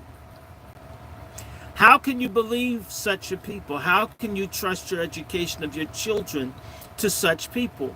Your food supply, their non-FDA approved vaccines to people who tell you your natural condition is slavery and we'll break up your families and all this stuff and we know it's wrong and we do it anyway. They can't stop us. Back to Cincinnati, everybody's upset because black folks acted like a group and kicked some people's asses that disrespected them. That sent a slave conspiracy fear in white America. We're going to get busted for the shit we've done. We've issued wolf tickets for hundreds of years and they come due. I'm not advocating for it, but I wouldn't slap anybody in their face. I was saying, I've only hit this cat twice, and cats do shit, in 14 years. And, you know, I don't hit an animal. I mean, my neighbor came over, my mother's friend couldn't believe the squirrels eat out my hand, sit in my lap. I don't mistreat them. That takes a lot for wild animals to trust a human being. You must be nonviolent with people, right? In fact, the motherfucker gets mad, Eldridge, if I don't feed him. If I put it on the damn ground, he look at me like, nigga, you don't trust me. It prefers me to hand it to me. Hand it to him. This man is crazy. He embodies the fucked up bullshit, liar, white supremacist Christianity that turns off people. And mind you, if he doesn't like what he sees in Harlem, if you're really doing something, if you were really about it, and forgive me, I can't remember his name, Massey or something. Better you don't. Yeah, this dude, if he were about something, I would have hooked up with him. I would have hooked up with him and would have been sending him money or telling people about him. But you're full of shit. So you hate black people. You go to the other extreme where you completely blame black people for everything. Mandela, he doesn't even understand Mandela was an agent of white people. That's why they put him in charge. And Mandela more than likely was bisexual. I said it. Mandela was probably a bisexual communist. He's living with a white gay man for a couple of years. Real talk. That's how his ass got caught. Real talk, Nelson Mandela lived with the gay white dude that worshipped the ground Nelson Mandela lived on. Was willing to give his life for it. Now I'm going to just tell you, you're coming up in a society where you're taught to hate black people 24/7. You meet a black man that blows you away and you're ready to die for him. If you would die for him, why wouldn't you be willing to give him a blowjob? Come on, Jag. Nelson Mandela had a whole bunch of writings and shit that was supposed to be destroyed. This white guy was like his white wife, could not destroy anything that Nelson made, had the shit, and that's how they caught Nelson. All the papers were in the white dude's house. He couldn't destroy anything. Everything that Nelson did was so precious. Okay, are you hearing me? Oh, I hear you. Okay, and what did Mandela do? Mandela was the first person anywhere in the world to make LGBTQ constitutionally protected in the world. If you look at how the gay flag looks a lot like the South African flag. Oh yes. We've been had. And I repeat, Nelson Mandela was in jail. And they could never leave any guard with Mandela. That's the story. Mandela would just change people. How the fuck do you change someone in prison? You keep getting young white guys and they can't be mean. They start doing shit for... Come on. It's as old as it comes. The people, the guards go in there and they fuck the prisoners. In South Africa, they're called Kaffekissers. These are white guys that will put themselves in jobs where they can have sexual contact with black people. If you know anything about Robben Island, the big rituals that the white guys got to go on the black men's asses and check for contraband. What kind of man wants to spend his career Have that kind of job. digging in a subhuman ape's ass? And that's what you do 9 to 5 is be in black men's asses and their dicks in the land, in the mines, diamond mines, checking under their nuts and all group. I mean, what kind of straight man could do that every day? I earn my bread touching another man's penis and its nuts every fucking day. Do you know what I used to say every time I would be in jail and they would question me about why I was being there and being held, and they would say, oh, well, you know, this is my job, and you don't know the stuff that I see every day. And I'm like, but why do you choose to do it? I was like, they make me come here. You leave. You have the option to not come back, and you still come back. Why would you choose Because this as a job? people are freaky, and those white South African men got to, in their pictures, you can just look it up, and there's always these pictures of black South African men with their hands up, and the white guys are going through the cracks of their asses and through their penises every single day. And not only that, after, who is the power in South Africa? COSATU, right? COSATU, the miners' union. The president of Ramaphosa was aligned with the miners' union. Okay, those people were locked up 11 months at a time with no women allowed. You had institutionalized mass rape and sodomy is at the core of the black South African resistance.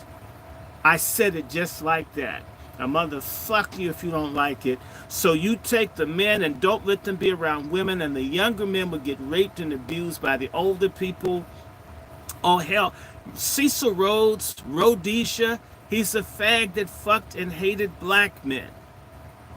A lot of this conquest and white dominance is homoerotic brutality and cruelty. It is. And so, I mean, and this guy's praising white people going into Africa, and he don't like sodomy. He doesn't fucking know what he's talking about. What's the gayest place in Africa? Cape Town. What's the whitest place in Africa? Cape Town. They want their own white homoerotic nation where they can just fuck who they want and be white in charge. Cape Town is the Paris of South Africa. And everything else. This is fundamentally vile. So Nelson Mandela completely overrated, and yes, he is. And Nelson Mandela was like Obama, 3 syllables, and they're both queer. Obama, Mandela, both of them did what white people wanted to trick and bamboozle black people. Black folk a broker for having either person being head of state. Mandela was a communist, and Obama was a fucking communist, as was his bisexual pornographer real father, Frank Marshall Davis. And his family were communistic CIA people. And who, by the way, made homosexuals part of the liberation struggle? It happened in 1978 when a pedophile, and if I forget his name, it'll come to me, the little white pedophile who was a communist. Harvey Milk? No, Harvey Milk was a pedophile too, and he got killed in 78 or thereabout. Yeah, I remember. No, it's not Harvey Milk. His name is Henry Hay. Henry Hay was a white pedophile, communist. And the communist movement made gayness a national liberation group.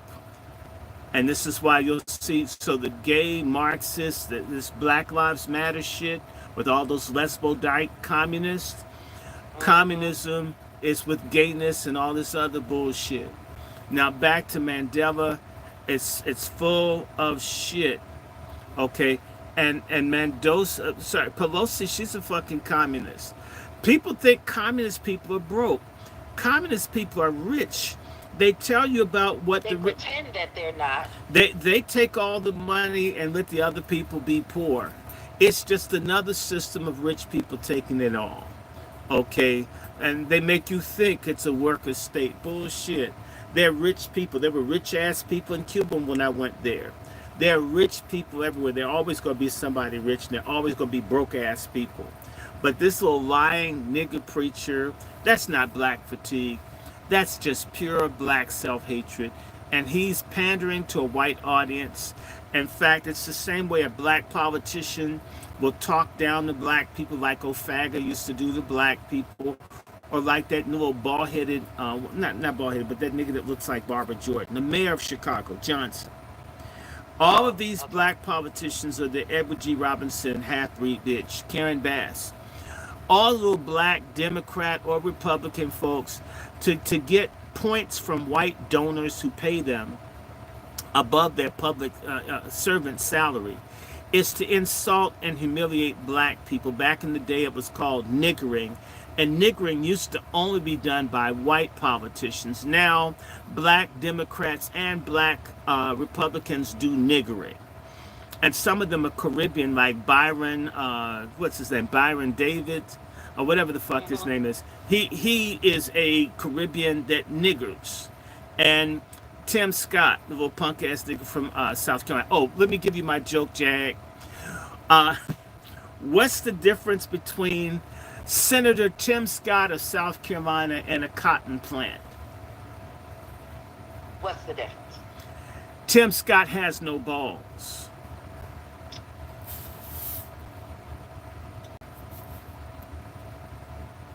Got it.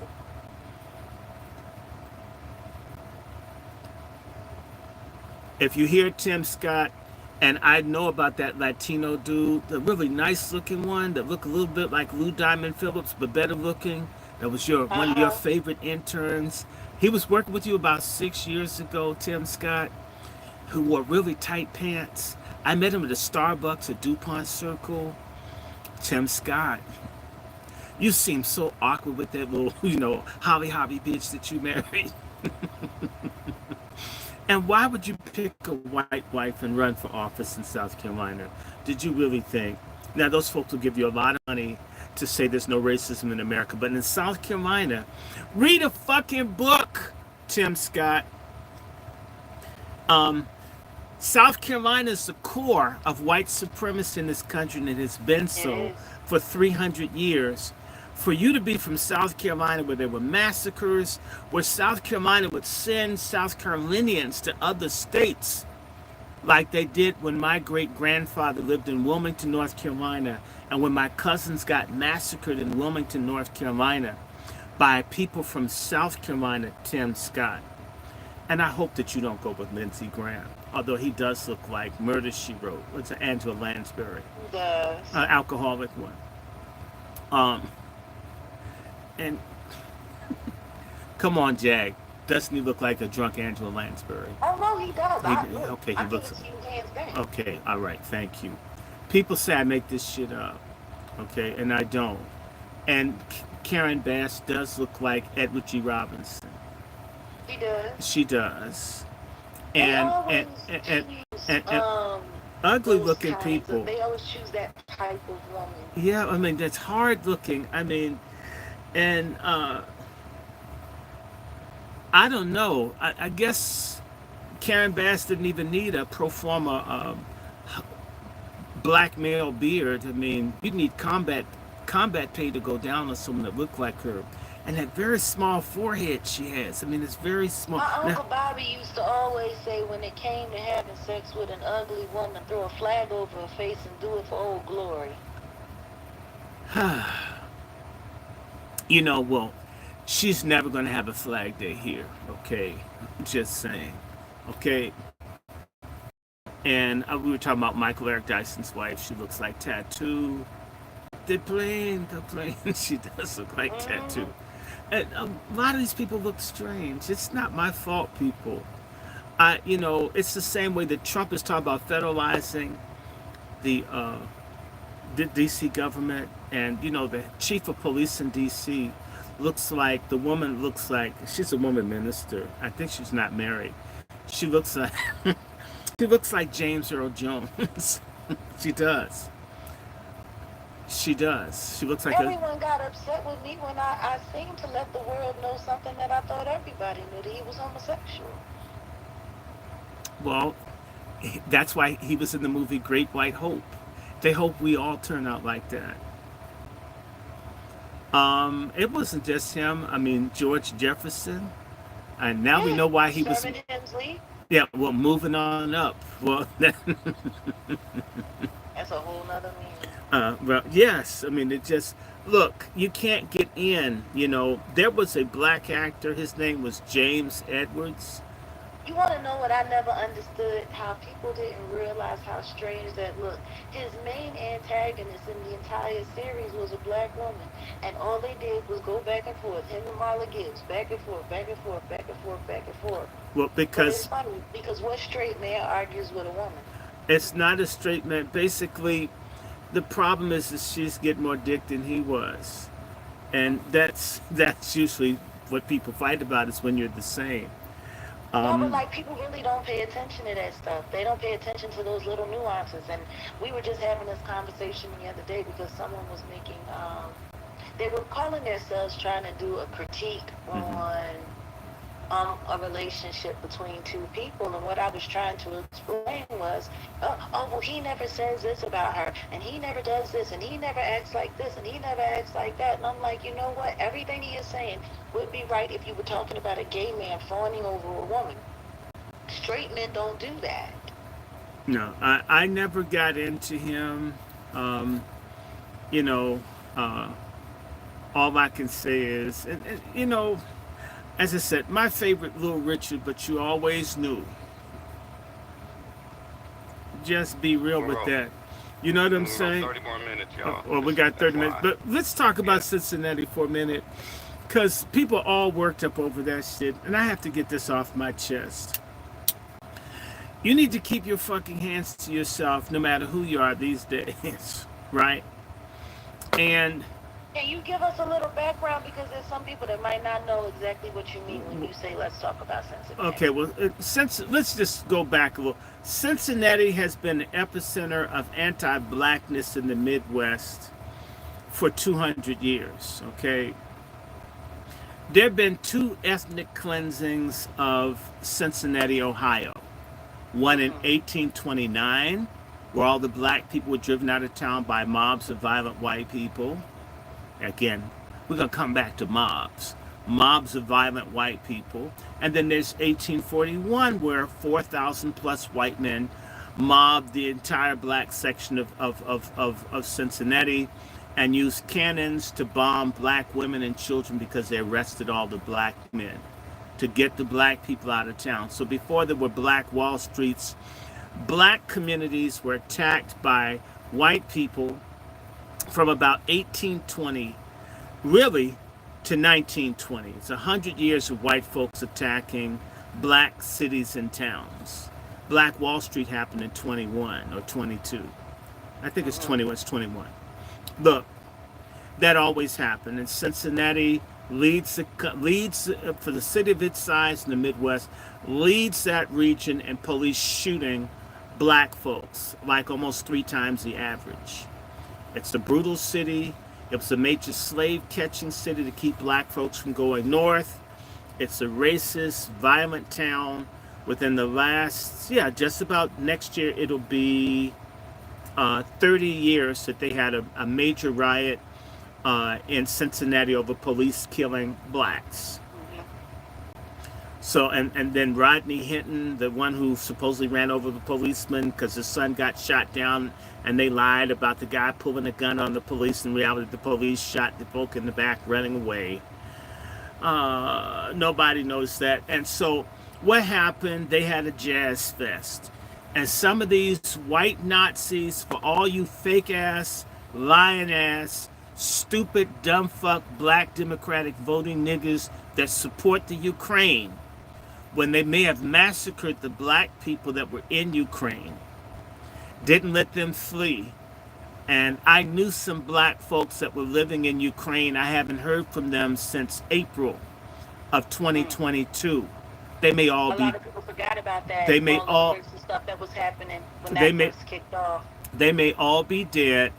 The Ukrainian Nazis that murdered Jews and attacked black people throughout Russia and in the Ukraine also give money and support and encourage violence against black Americans. If I can bring it to Philadelphia, my cousin, Bill Cosby's son, was killed by a Ukrainian for being black. Yeah.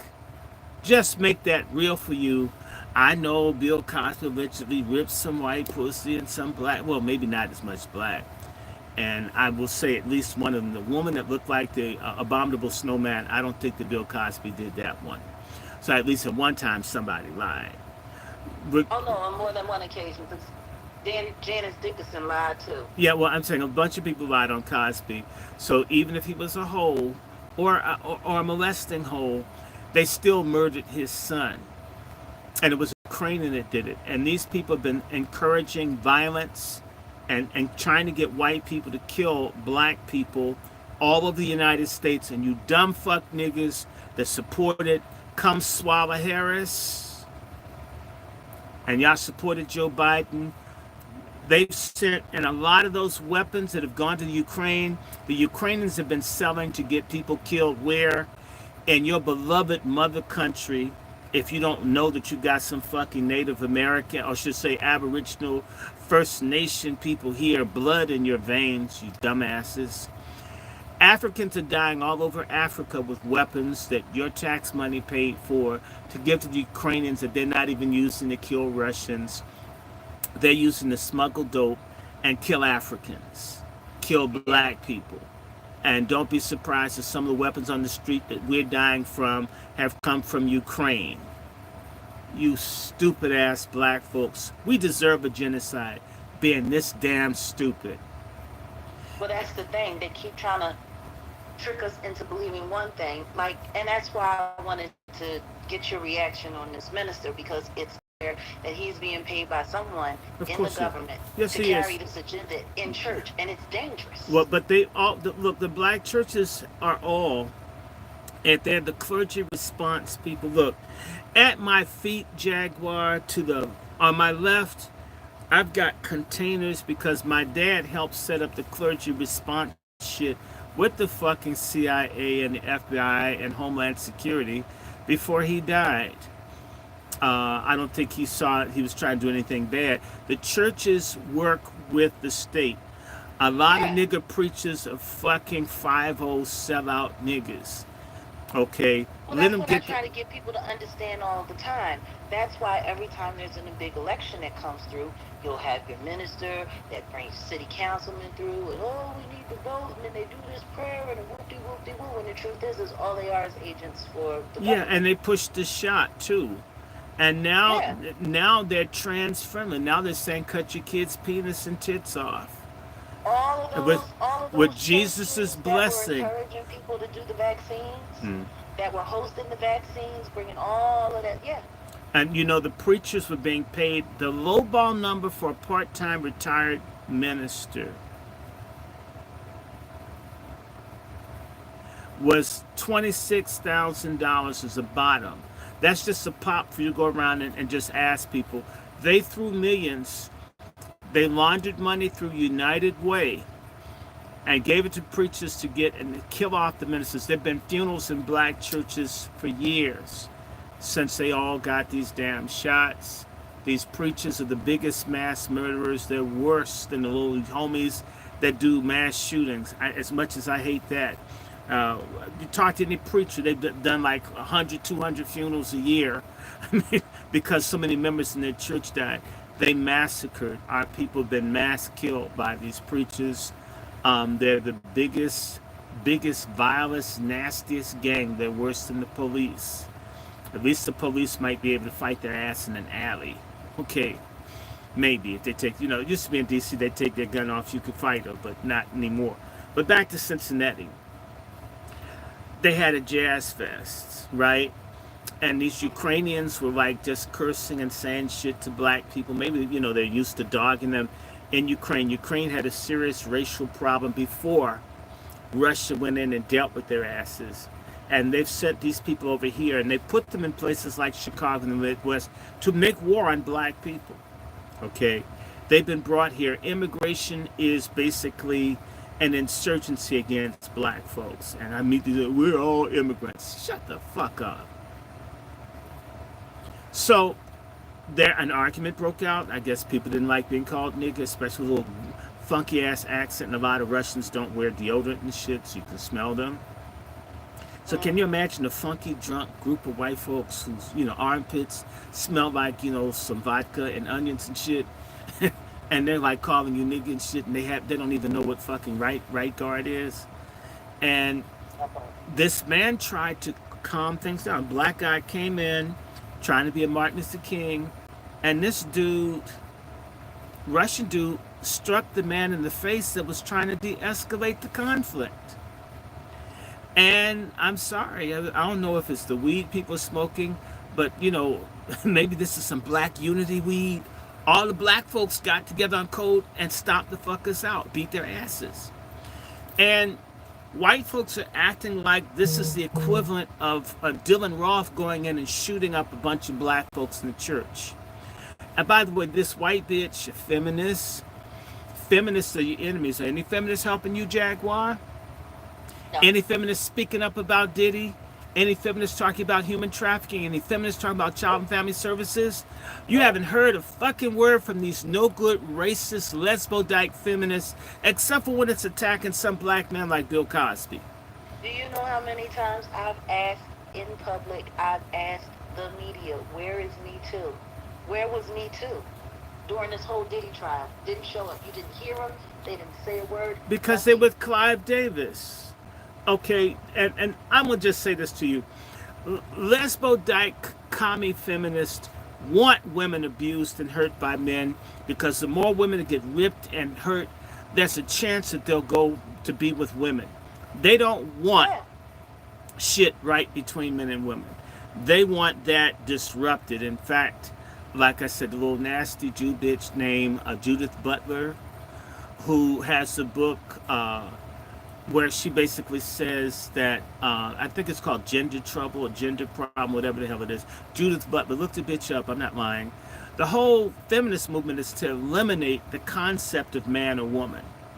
As Judith Butler will tell you, it's all imagined. You're not really a man, and I'm not really a man, and you're not a woman, Jack. We just imagine we're men and women because we were told. This is just make complete crazy. Do you want to know how crazy that sounds to me? But that's the basis of feminism, dear. And that's why I just cuss certain people out. I went off on these niggas from my church. You said you're a feminist. Who the fuck is who's Judith Butler? Do you know? So have you ever read these motherfucking holes that you think you're saying you're a feminist? You don't even know what the fuck. Most people don't read shit. And everything is put out in their books explaining that they want people having sex with children.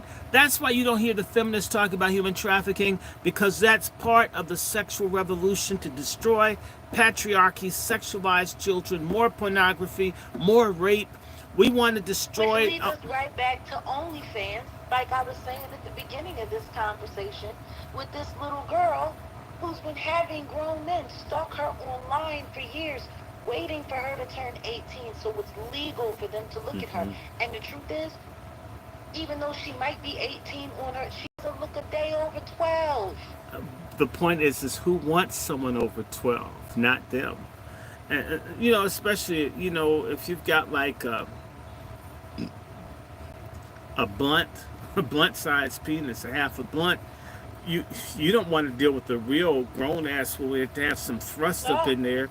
I mean, you know, because you know what? Even notice you were there. No, that bitch would be laughing at you like you're the comedy club. So you want to mess with the child.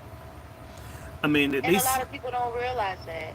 Yeah, well, they got small dicks, and Extends is still on sale, and Viagra risk having a heart attack.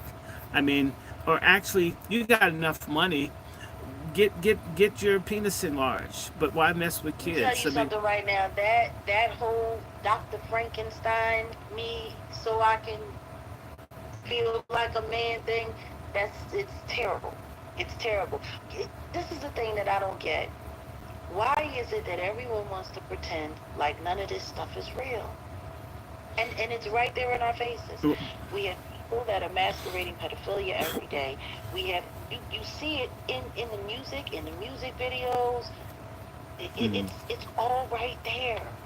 It's all right there. And meanwhile, the relationships and the things that they promote are everything that is anti what is real. Yeah, well, anti what is right. Now, let's go back to Cincinnati because I'm about to clear it up. So, white folk across the country have gone postal because a little white bitch got slapped down and stomped. And for all the videos I've seen where white women have aggressively bothered and violated people's spaces and boundaries, and folks have called the police or hoped the white woman would go away, a lot of the white women who do inappropriate shit saw that bitch get the shit slapped out of her and beat. And their asses are scared because a lot of them don't know how to control themselves. And white folk are scared because black people acted like a mob. That's basically white privilege. We mob, we burn your Wall Streets down, we do stuff. You can't do anything collectively except take it stoically. I can tell you how much force you can use to defend yourself. When it comes to us, we do as much as we want. If I'm a cop, I shoot a person handcuffed because my life is threatened. When those folks beat those people's asses in Cincinnati, it sent a chill through people, and now the country's out of control. No, the country isn't out of control. What it's saying is the epoch is changing. There was a point in history where you could do whatever the fuck you wanted to do to black folk anywhere in the world, and there would be not even a pluck back in response. It was just, and if you did pluck back, we'll just burn down the whole town and kill everyone black, like they did in Slocum, Texas, or Palestine, Texas. Someone black got a job over a white person, and you kill 400 people. And we just turn that page in history. It didn't happen. We're white, virtuous Christian people. That's never been true. And what people are afraid of is that the way in which we treat people may ultimately, if I mistreat, if I put my hands, I might lose my life in the wrong. White privilege used to be I could be wrong. We would drive through. I'm a Southerner. The white folks would come through and I'm not that old, come through town at night and honk horns, fuck you niggas, and that, right? What do you mean, do I remember? It happened to my family in 1969. And the folks come by with their guns and curse, and white guys urinate outside the window. This isn't something I saw in a movie. I lived it for a week in the deep rural South. And you're wondering, are you going to get burnt up or lynched or killed because you're not white? And they're mad. And they do this stuff and come by and throw shit at your car, and niggers get out of it. And our cars broke down. Why not help us get the fuck out? We don't want to be around you. Right? And you just did, and it was cool, and everyone knows, hey, let's go bother the niggers from out of town. Let's just go. And there was nothing. I mean, imagine, I'm 4.5 dealing with that, Jack. And folk come by with guns and they're shit pissing and shit. And niggas will fucking kill you. My daddy grew up in a lynch town, and he had to listen to most of his family be murdered. It was called Pitch, Georgia. Got upset. White guy got upset. He couldn't read and write. He paid to get something, a service done, and the man at the general store gave him back his change, and he said, I paid you. You ain't gonna say that I cheated you. He said, no, sir, this is your change. And he gave him his change, and he was like, I'm an honest person. I'm not gonna rob you just because you don't know how to read and write. And guess what? He went off and started talking about how uppity the niggas over in Pitch, Georgia had become. And then they came back that night, and they Which county is Pitch, Georgia in?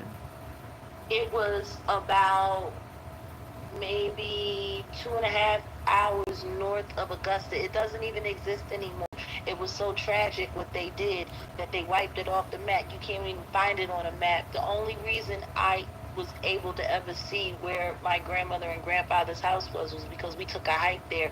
My dad could remember, but it's covered under underpass and all of that stuff. Yeah, they totally wiped it because they knew that they were never going to want to have to pay for what they had done. So they just pretended like it wasn't even there. No, and it's like Lake McNair or Lake Lanier, whichever, one or the other. Lanier. Yeah. Okay, my family's from that part of Georgia as well.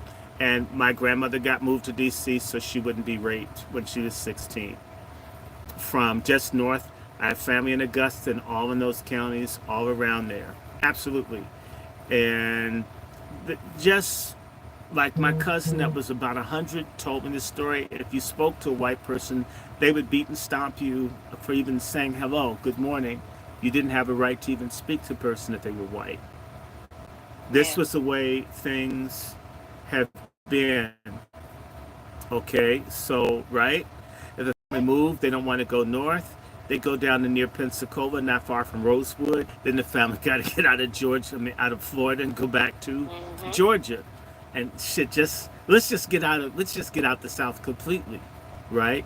Don't go too far north, because we're Southern people, right? Gotta go west. Well, if you go west, but there's lynching and shit out there too, right? Yeah. So remember Malcolm X's family having the Klan try to burn their house down out in Kansas or no, in Nebraska. And so, look, white folk have been on a rampage, terrorizing, and all these people crying over two white folk getting their ass beat, and yet the woman, Miss Massey, gets executed in her kitchen by a cop. And everyone pretends like that never happened. Well, no, or all these people that get shot and killed all over the place. And so, in reality, the reaction to Cincinnati is, what goes around comes around. I'm not advocating it, but I tell you, growing up again in Virginia, the people that would not get along with you because you're black, they were at war with you. Black folk need to grow up and understand people are at war with us. And so all the black guys that just have to just sleep with other people and just, kumbaya. If your ass gets killed, that's your problem. For black women, I'm hearing more cases of black women that just think that they've made it, moved on up, they have a white boyfriend that kills their ass. Hey. And I'm not saying that's been going on too. I'm not saying it's right for anyone to kill you, but if you don't know your damn history, if you don't understand that folks don't necessarily like you, they may hate you, been taught to destroy you by their grandmother and father and all this kind of stuff. Same way I grew up with kids and their parents are teaching them that black people are apes and slaves and hate them and spit on them and so forth. If you don't get that, learn the hard way. But vice versa. There's this generation of black youngsters who don't understand or know any of what's. They think that they're equal. They think that they're free. They think they can go where they want to go. It's a trap. You've destroyed the family unit. You've broken all the stuff down. So all the people like me, old niggas like me, who could kind of like be a teacher or whatever, try to like say, hey, look, don't do this. Don't. You've removed all that because you want to destroy people culturally, and you've got a group of black youngsters who don't see any of that. You can't swing and hit and call them nigger and then be like me where you get your head cracked open by white kids and you still go back to school and you sit down and you keep. That ain't how it is. And these folks who come to school with a gun and shoot the teacher and the principal, and it is a trap. However, the Palestinians are proof. You can have the numbers, you can have the weapons, but if you piss the people off, where a critical mass of them are determined to fight, Israel's been broken by maybe 50,000 Palestinians that don't really have much to fight with. Just don't want to kiss your ass, won't kiss your Zionist racist ass. What if 500,000 black Americans said, fuck it then? We can't, you won't let us exist. We can't let's just burn all this shit up. I don't want such a thing. Know what the problem is? You want to know what the problem is with that? Most of us are so reliant on the system. We wouldn't do it because we don't want to not be in comfort. Yeah, but the point is that Hamas didn't care. So the folks and the Palestinians were relying on the system too. Don't believe that. They weren't independent in any way. A certain group of people says, I don't care. Bring the whole shit down. I don't want such a thing. I would like for there to be some other way out. But when you have an imperious, there's a thing called the slave power. This is what white people call Southern whites, who were unbearable, and they wanted to treat whites all over the country like they treated their black slaves. This is one of the causes of the Civil War. When you get people who just, everything's got to go their fucking way. I hate everybody, kiss my ass. Type A type racist Aryan people. The only thing they're going to understand is someone shooting at them, which is why we had a civil war. I mean, they don't understand anything else. You can't kumbaya, you can't be nonviolent. They're making and they want this shit.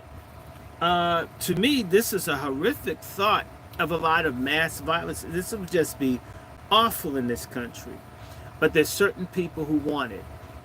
So like the guy who has the Turner Diaries, his son has a book, has a video out there. I'll send it to you, Jaguar, where the guy just says his father just taught him to just hate all black people just mindlessly. All of them have to be destroyed. They can't imagine a world in which other people have the right to exist. And Yeah. they don't care if they burnt up this whole country because they got to hate and hurt the subhumans, us. Well, what happened if people who weren't white said, hey, look, we don't care. Just burn up everything, destroy everything. Somebody wants this. You and I don't want it. But at the same time, I don't want you to call me niggas striking me at a jazz fest. And maybe there are other people that feel like me, and you put your hands on folks. What if we acted as a group and said, we're tired of this shit? And this did happen. And that segues to tomorrow. Tomorrow will be the 60th anniversary of the Watts Rebellion in Los Angeles. From August 11th to August 16th, 1965, black folks in LA went postal. Yeah.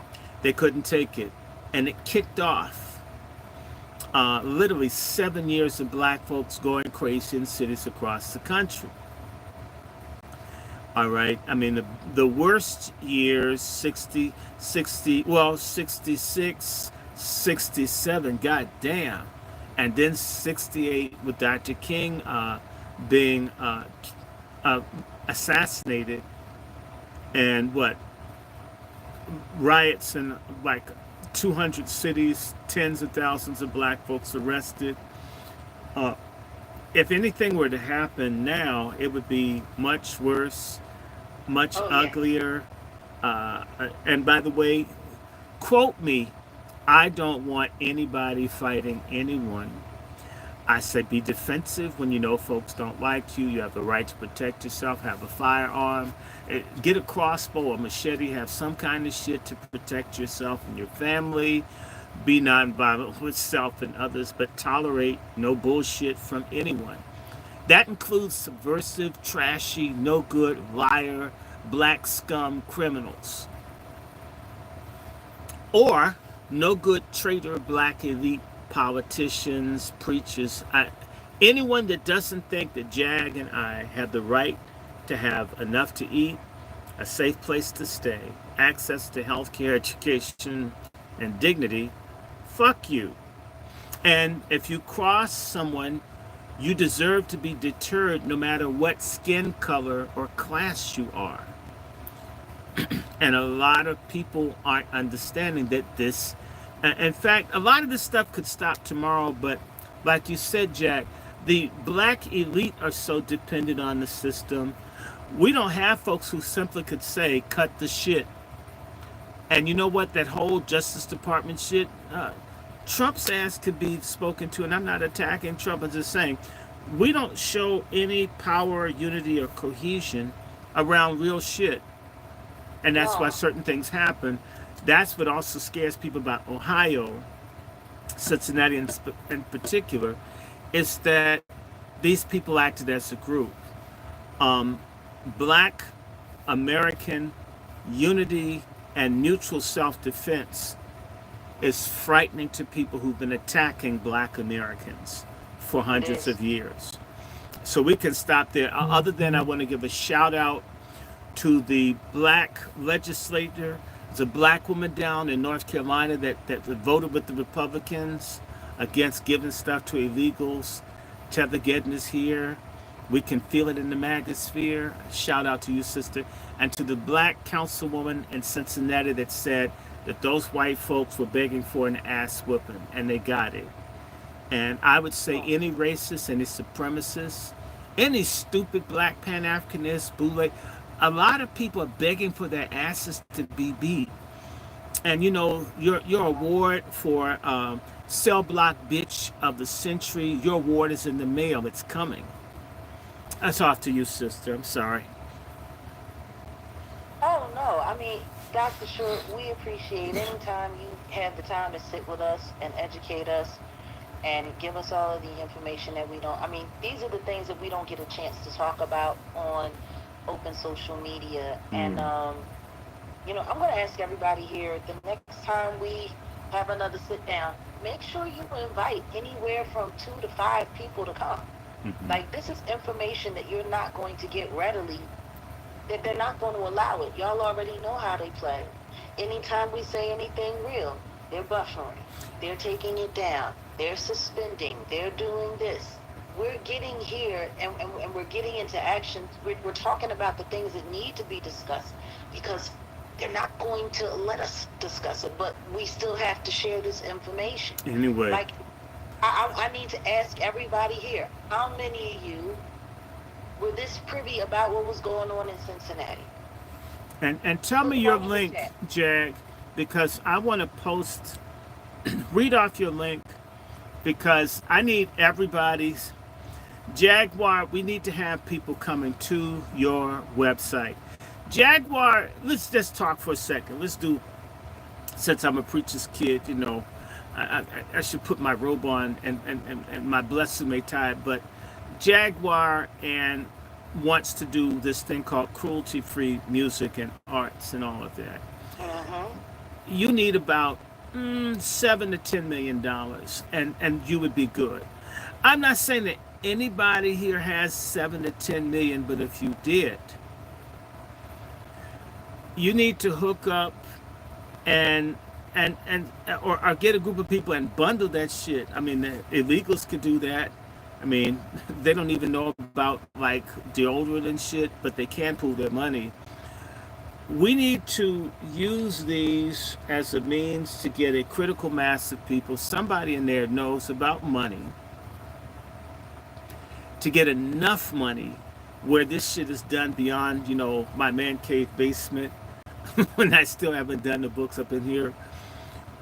Jaguar needs to do that so people can make music, people can make film. We need that, and it must be. We need to be able to create a safe space and art where people, and this isn't a color thing either. This is an art thing. Art.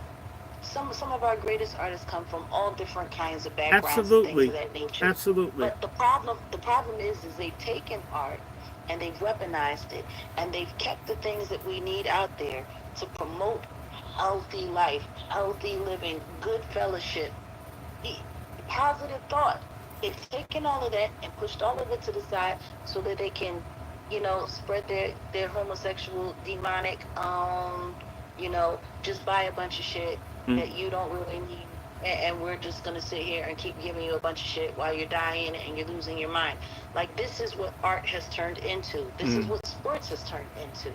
If you look at Sha'Carri Richardson, there's something going on with that girl. There's something going on with a lot of our athletes. We're not even paying attention to it. I was just speaking about it yesterday or the day before over at Set in the West. We sat there and we watched Simone Biles literally fall down and have a whole nervous breakdown. Nobody paying attention to the fact that she was also the pedophile doctor, Dr. Nasser. She was one of his clients, and she was molested by him. And guess what? While she was being molested, they were telling her, go out there and get these awards for us. Go out there and get this stuff. Now we got this one girl, and don't get me wrong, talented, track and field, fast as hell. But every time you turn around, she's in the news. She's fighting on her boyfriend. She's getting caught doing drugs. She's doing this. She's doing that. Like, we're not looking at how we don't have anywhere else to go.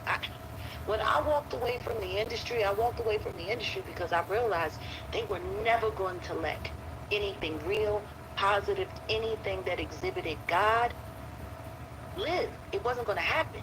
They were going to sit there, they were going to break you down and break you down and break you down and break you down. And even if they let you do a little bit of it, the agreement is you have to turn your head to everything terrible that they're doing and not say a word. There are so many artists that I care for, but I do not understand how they can stay in that system, knowing everything that's happening around, knowing everything that's going on around. We need to be able to create a construct that doesn't require money from the system or money from the government to exist. And the truth is, that's part of the reason why they fight so hard. That's why they took Dr. Short's Cash App. That's why they came after my Cash App. That's why they do They the got things your that they do. Cash App too? Yeah, yeah. And you know, they hacked my bank card yesterday, the day before. Mhm. So it's a third time in 2.5 weeks. So I have to keep getting bank cards replaced. And and I've had people call me complaining, how do we give? So you got to have a Give Send Go Jag. I got one. Get a Give Send Go, and do whatever you have to. But you need millions, at least a few million to start, kick it off. And Well, this is the thing. To be able to have an independent, privately ran construct where it was community driven, if you can get 1 million people to sign up, all of these young artists, all of these people, they would be able to create in their own space, safe, not having to prostitute themselves. You know what? If they want to play a big venue, they'd be able to make the money to do it, because that's the whole point of cruelty-free artistry, is not to create a space where we're making all the money off of it and only giving the artist. No, we create the construct. Everyone pays into keeping it up and running. Of course, there's going to be salaries for people working in marketing, working in the tech department, working in all of that. But once all of that is done, the entire goal is to allow the artists to keep their money. right. See, this is why they had a problem with Tory Lanez. This is why they had a problem with Sam Cooke. Anytime we've tried to create a construct, They had that our problem with people- James Brown. Do you know, when I was talking to Big Mama, she was saying that James Brown was forced to take the words, and it's a man's world. It said you wouldn't be one thing without a black woman or a black girl, that he had to take those words out Yeah. of the song. Can't. And it's interesting. It's the same way when Ebony had the black Jesus on the cover. Black folks threatened to cancel. Black churches all over America threatened Mr. Johnson. How dare you have a black image of Jesus? Which is funny, And we'll because shut. he is black. We'll Because yes, he was black.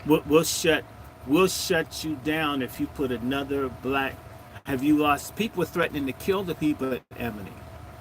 Telling people the devil. The people were scared. That's the only retraction that I'm aware of. Do you want to know what Kanye West actually said not long ago, that he finally admitted? What? That the Rock Nation contract has a clause in it that if you Oh mention yeah, I saw that. Yeshua or God or anything in it, you can't be signed to their label if you talk about that. That's like, this is insane. No, it's not insane.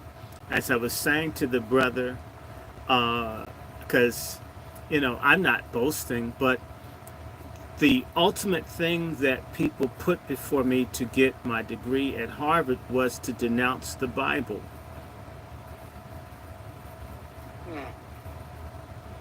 And told this really happened to me. I have to repudiate the Bible and all of that. Basically denounce God for their damn degree. And I told the person, it says, you guys, I already knew you hated me for being black. I got that. Okay, I'm used to that. Now you're asking me to curse God. I'm going to So that curse you can God succeed, for... so that you can have Harvard on your back. It's the same. No, I told him, you can keep it. I don't fucking want it. Okay, I shocked his ass. I says, I really don't like you people that much anyway. I just don't like you. You hate my God. You hate my people. You hate me for being Pentecostal, apostolic. We don't have anything that and I told them Harvard's just a debt for me to pay. That's it. This is a debt. I don't see what I've done. To hell with you. And I told them the scriptures say, if you denounce Jesus Christ before man, Jesus Christ will denounce you before God the Father.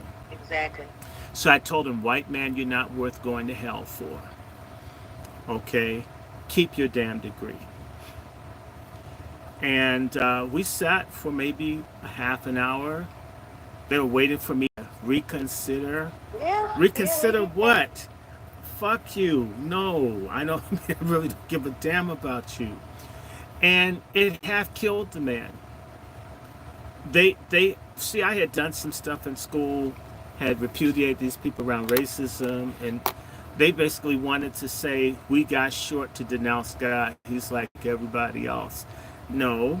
I mean, I can't imagine life without God. I mean, for these people, after hundreds of years of shit that has been done to our families in Georgia, and I denounce God for this devil? Just keep the fucking degree. Keep it. Yeah, but that's what they want. 99.99% of black folks would have sucked ass.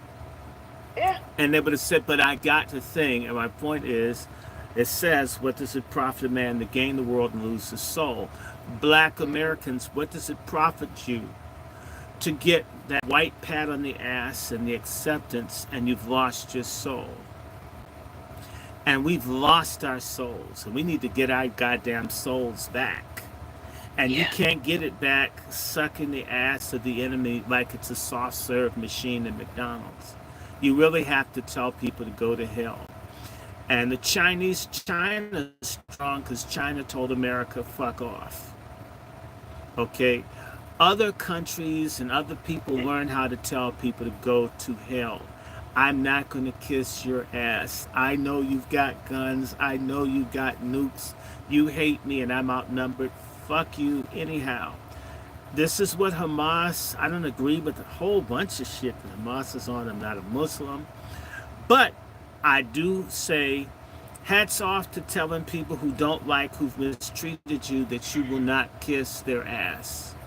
Yeah. This is the kind of leadership or movement we don't have, especially all the black Greeks and the Freemasonry and all that black. We don't have one entity that has any presence amongst us that doesn't bow down and kiss the penis of Luciferian white supremacy. In fact, they suck it down to the nuts on the statue, probably lick the backside of the balls, and probably have some religious experience. That's sad.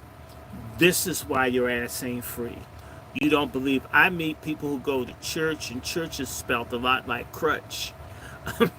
They don't believe in no all-powerful God. They don't believe in that. They believe in the people who've dogged and molested and raped you, and you want to be just like them, and yet repudiate them. You've become what you've beheld. And that's the sickness. That's how it works. Well, yeah, not for everybody. Not for everybody. Some people say to hell. Not for everybody, but for a lot of us. Look at the Diddy trial. What has it taught us? It's taught us exactly what I've been saying, that they're going to keep screwing you over. Nothing's going to change. They're going to keep doing it. So we got to figure our own way. We can't sit here and wait for the system, because the system ain't never. No, the system is perpetrated. The system is perpetrated on destroying your humanity. This is what this book is talking about. We've got to keep and destroy the humanity of these black slaves for our money. And we're still the money of this empire. And as long as we're willing to be commodities, basically sexual pork bellies and corn futures, or porn futures for the little 18-year-old, then it's like that. Okay, and by the way, they got the 6 people from Cincinnati that didn't kill anyone. They're probably gonna give those folks 100 years for a slap and a beat down. As much as we've been enjoying and waiting. Oh, it's time up for this part 2. Yeah, we have to get ready to go. That's okay. One of our hosts has to wrap everything up. Okay, right. Well, thank you for treating me white. Oh, please. And we'll do this again. Yes, we will do it again. And like I said to everybody here, this is not information that we can talk about openly on most social media. They run us off, they shut us down. So please remember, tell somebody who's interested in having these real conversations with us to come over here so we can talk about it. And we need some investors. We want a black media. Bill Cosby tried to do it. They killed his son, my cousin. Why can't we try it on a different level? Somebody out there knows somebody with some. Everybody black ain't broke. We aren't panhandling. Okay, Jag, give me your link for your website so I can like type this up here. It's just thejaguarright.com. B-E? No, THE Okay. JAGUARWRIGHT. Mm-hmm. .com. Okay.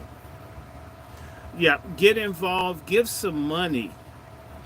I mean, pop our asses for the right people for the first time. Okay, I'm done. All right, you popped your pussy. Pop it for something good. Pop your ass, bust a nut with dollars. Make it rain, okay?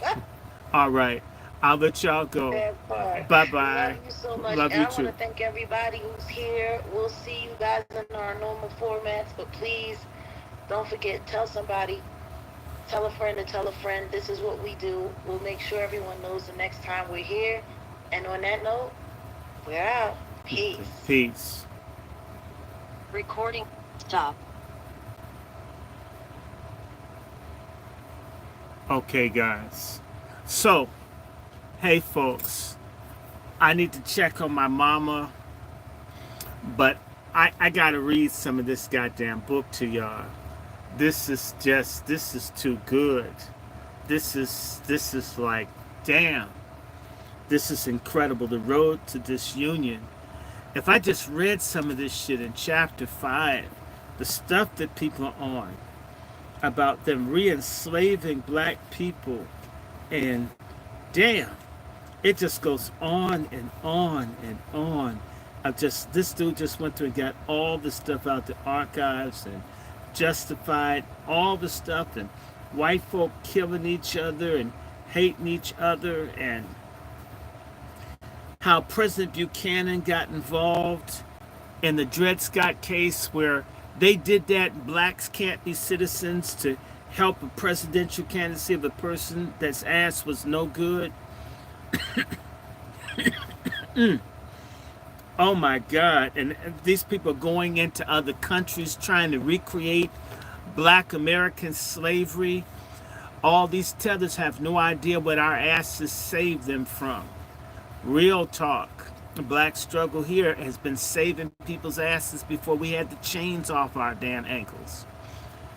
I want you guys to know we'll be doing, it's been a while, but we're going to be doing an Angry Black Men's Book Club thing tonight.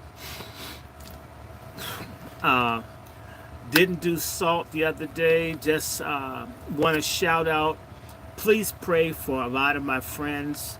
My friend lost his father, Mr. Booker T. Moore, 98 years and 10 months, died yesterday. And just want to be available to family when folks are sick or ill. I want y'all to tell everybody I'm coming back in. It's 4:18 my time. I'm going to check on moms, and I'm thinking I'm going to be back up on here, but I got to read some of this crazy shit to y'all I've been listening to on Audible. This, if you have an Audible account on Amazon, this is free. Listen to this shit. It's, anyone tell you that slavery ain't about black people and it's not about hating black people, in their own words, it was and it is. I hope you enjoyed our sharing with Jaguar. There are going to be more. Oh my God, people, I just had a crazy ass month last July, and people attacking your money, attacking your bank, my mom getting sicker, the air conditioner breaking, you just name it. It's been crazy. And but we're back on, can't wait. Keep your heads up, and we'll be talking about Tethergeddon and other things. So hi to everybody, Sister Devin, all the moderators. We're going to be back on. I'm going to try to do a reading at about, it's 4:19. let me give myself a little bit of time, and we'll come back and spend a few hours together. And I want to let everybody know you don't need an app to send via Give, Send, Go. So if you don't have Cash App, you can send via Give, Send, Go. My Give, Send, Go is, let me see. I'm going to just put the link up for the Give, Send, Go. And I think this is how you find me. Let me get the title to it. I'll give you the title for it. Give me 1 second.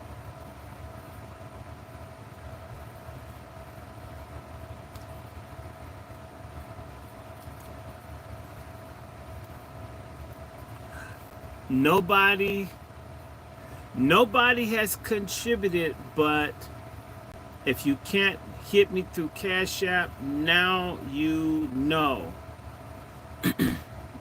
Now you know. So here's how it goes.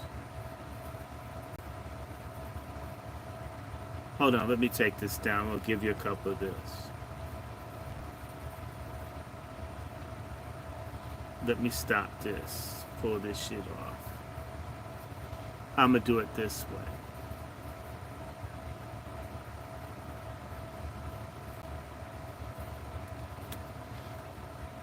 Hold 1 second. Here it is. If you're in Give, Send, Go, this is how it goes. It's called the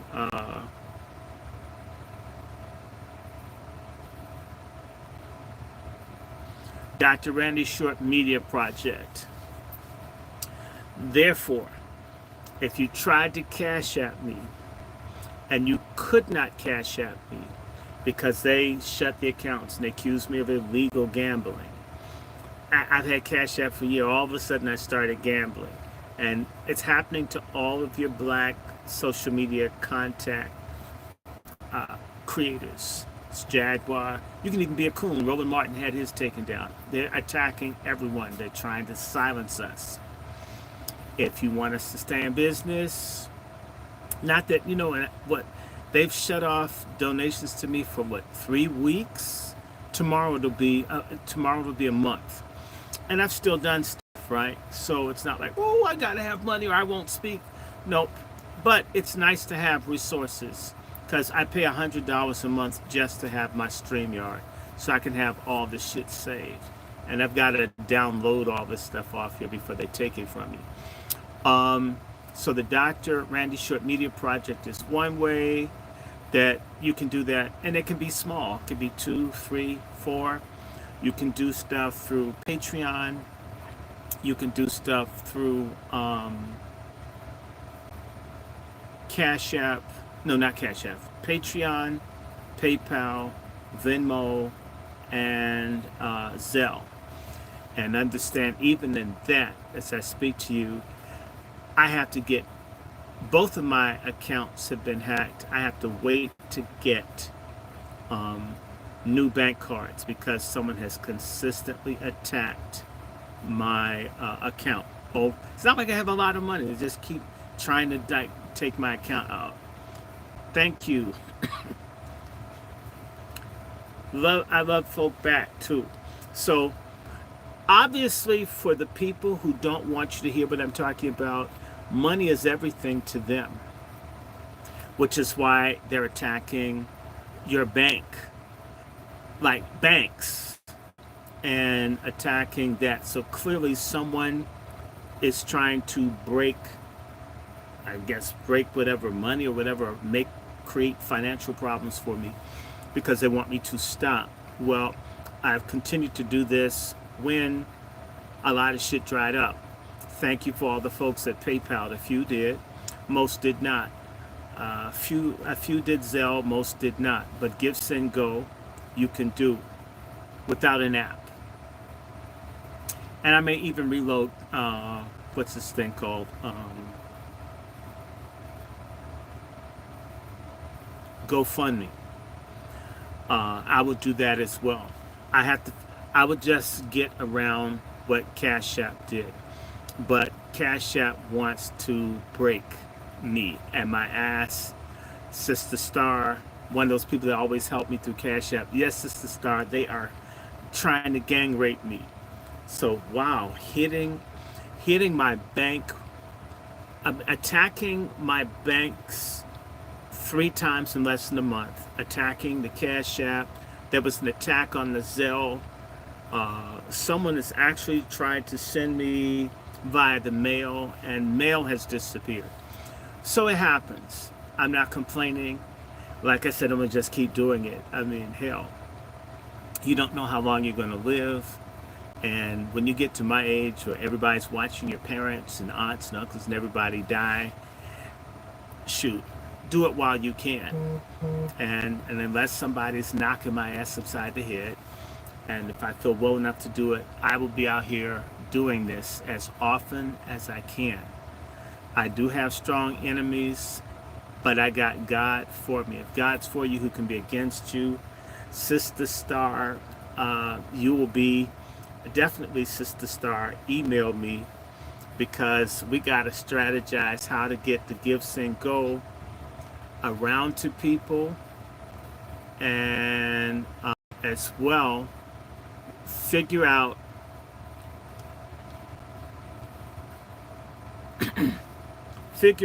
how to I will put together GoFundMe today, and that will just be for the book club, so it's just ongoing, because it wasn't like people were sending millions of dollars, but small things helped do stuff. It just did. And this is ridiculous for them to bother to mess with, to harass. And by the way, you know what? Even if I start a GoFundMe today, I can't. I have to wait for my bank cards to come for me to be able to move. Well, I have to see. Maybe it can go straight to my checking account. But imagine that. And they almost messed up my account. That they were doing stuff that zeroed out. I'm sorry, let me clarify. They practically zeroed out one of my accounts with people putting bogus charges on it. So imagine 3 bank cards, an account zeroed out. I had to go and fight the bank about that. All of these attacks. You would think I had 10 or 100,000 followers, and I did this. I went hard every day like Black Alpha did, which I don't. I'm not picking. I love what the people do it every day. I can't. I don't have the stamina at this moment. But people like this. People don't like it. And it means it's for your benefit. If people hate what I'm doing, it means I'm doing what's right. There's all this rebellion and activism, then why not rebel against this? Rebel against the people that want to silence me and people that at least share ideas in common with me. Let me stop here. I'm going to get up off of here, and I'm going to be back in a little bit. Okay, so again, if you want to help out, which you can, there is a Give, Send, Go, which is the Dr. Randy Short Media project, where you can do a Give, Send, Go. You can do Patreon, Dr. Randy Short. You can do Venmo, Dr. Randy Short. You can do Zelle and or PayPal, which is wrandyshort@gmail.com. If you want to send me an email message, you can at wrandyshort@gmail.com. Even if you just want to encourage. Now, Negro Hotep, you'll love this. Again, so Zelle, PayPal is wrandyshort@gmail.com. There's the Give, Send, Go, which is a Dr. Randy Short Media project. There is Dr. Randy Short and Patreon, and Dr. Randy Short and Venmo. Do what you can when you can, and when you can't, you don't. Share the videos. In particular, give this to people that you think won't like them. I love hearing when folks are angry by me telling the truth. I get my jollies off to people who like lies. Really, liars, I mean, I'd love to see a liar lose it. That's a lot of fun. I used to debate, and it'd be a lot of fun to see somebody that's a liar get their ass beat and they're having a meltdown. I don't know, that's my nature. If you're a liar, you and me are not going to get along. And it's nothing I enjoy more than seeing a liar or a racist have a difficult mental time upstairs. Not enough of us are doing that kind of work. Or a self-hating coon. Okay, so I'm going to come back in within 2 hours. And I'm going to be reading from this book, The Road to Disunion. There's so much to enjoy about racism, slavery, how grimy and nasty these people are, and how the language now is very similar to what you're hearing on Fox News and everywhere else. Nothing's changed, just we imagine that we're free. We ain't free, people, and we ain't gonna get free until we start like standing up and working together. Hi, Sister Brooke. So let me sign off for now.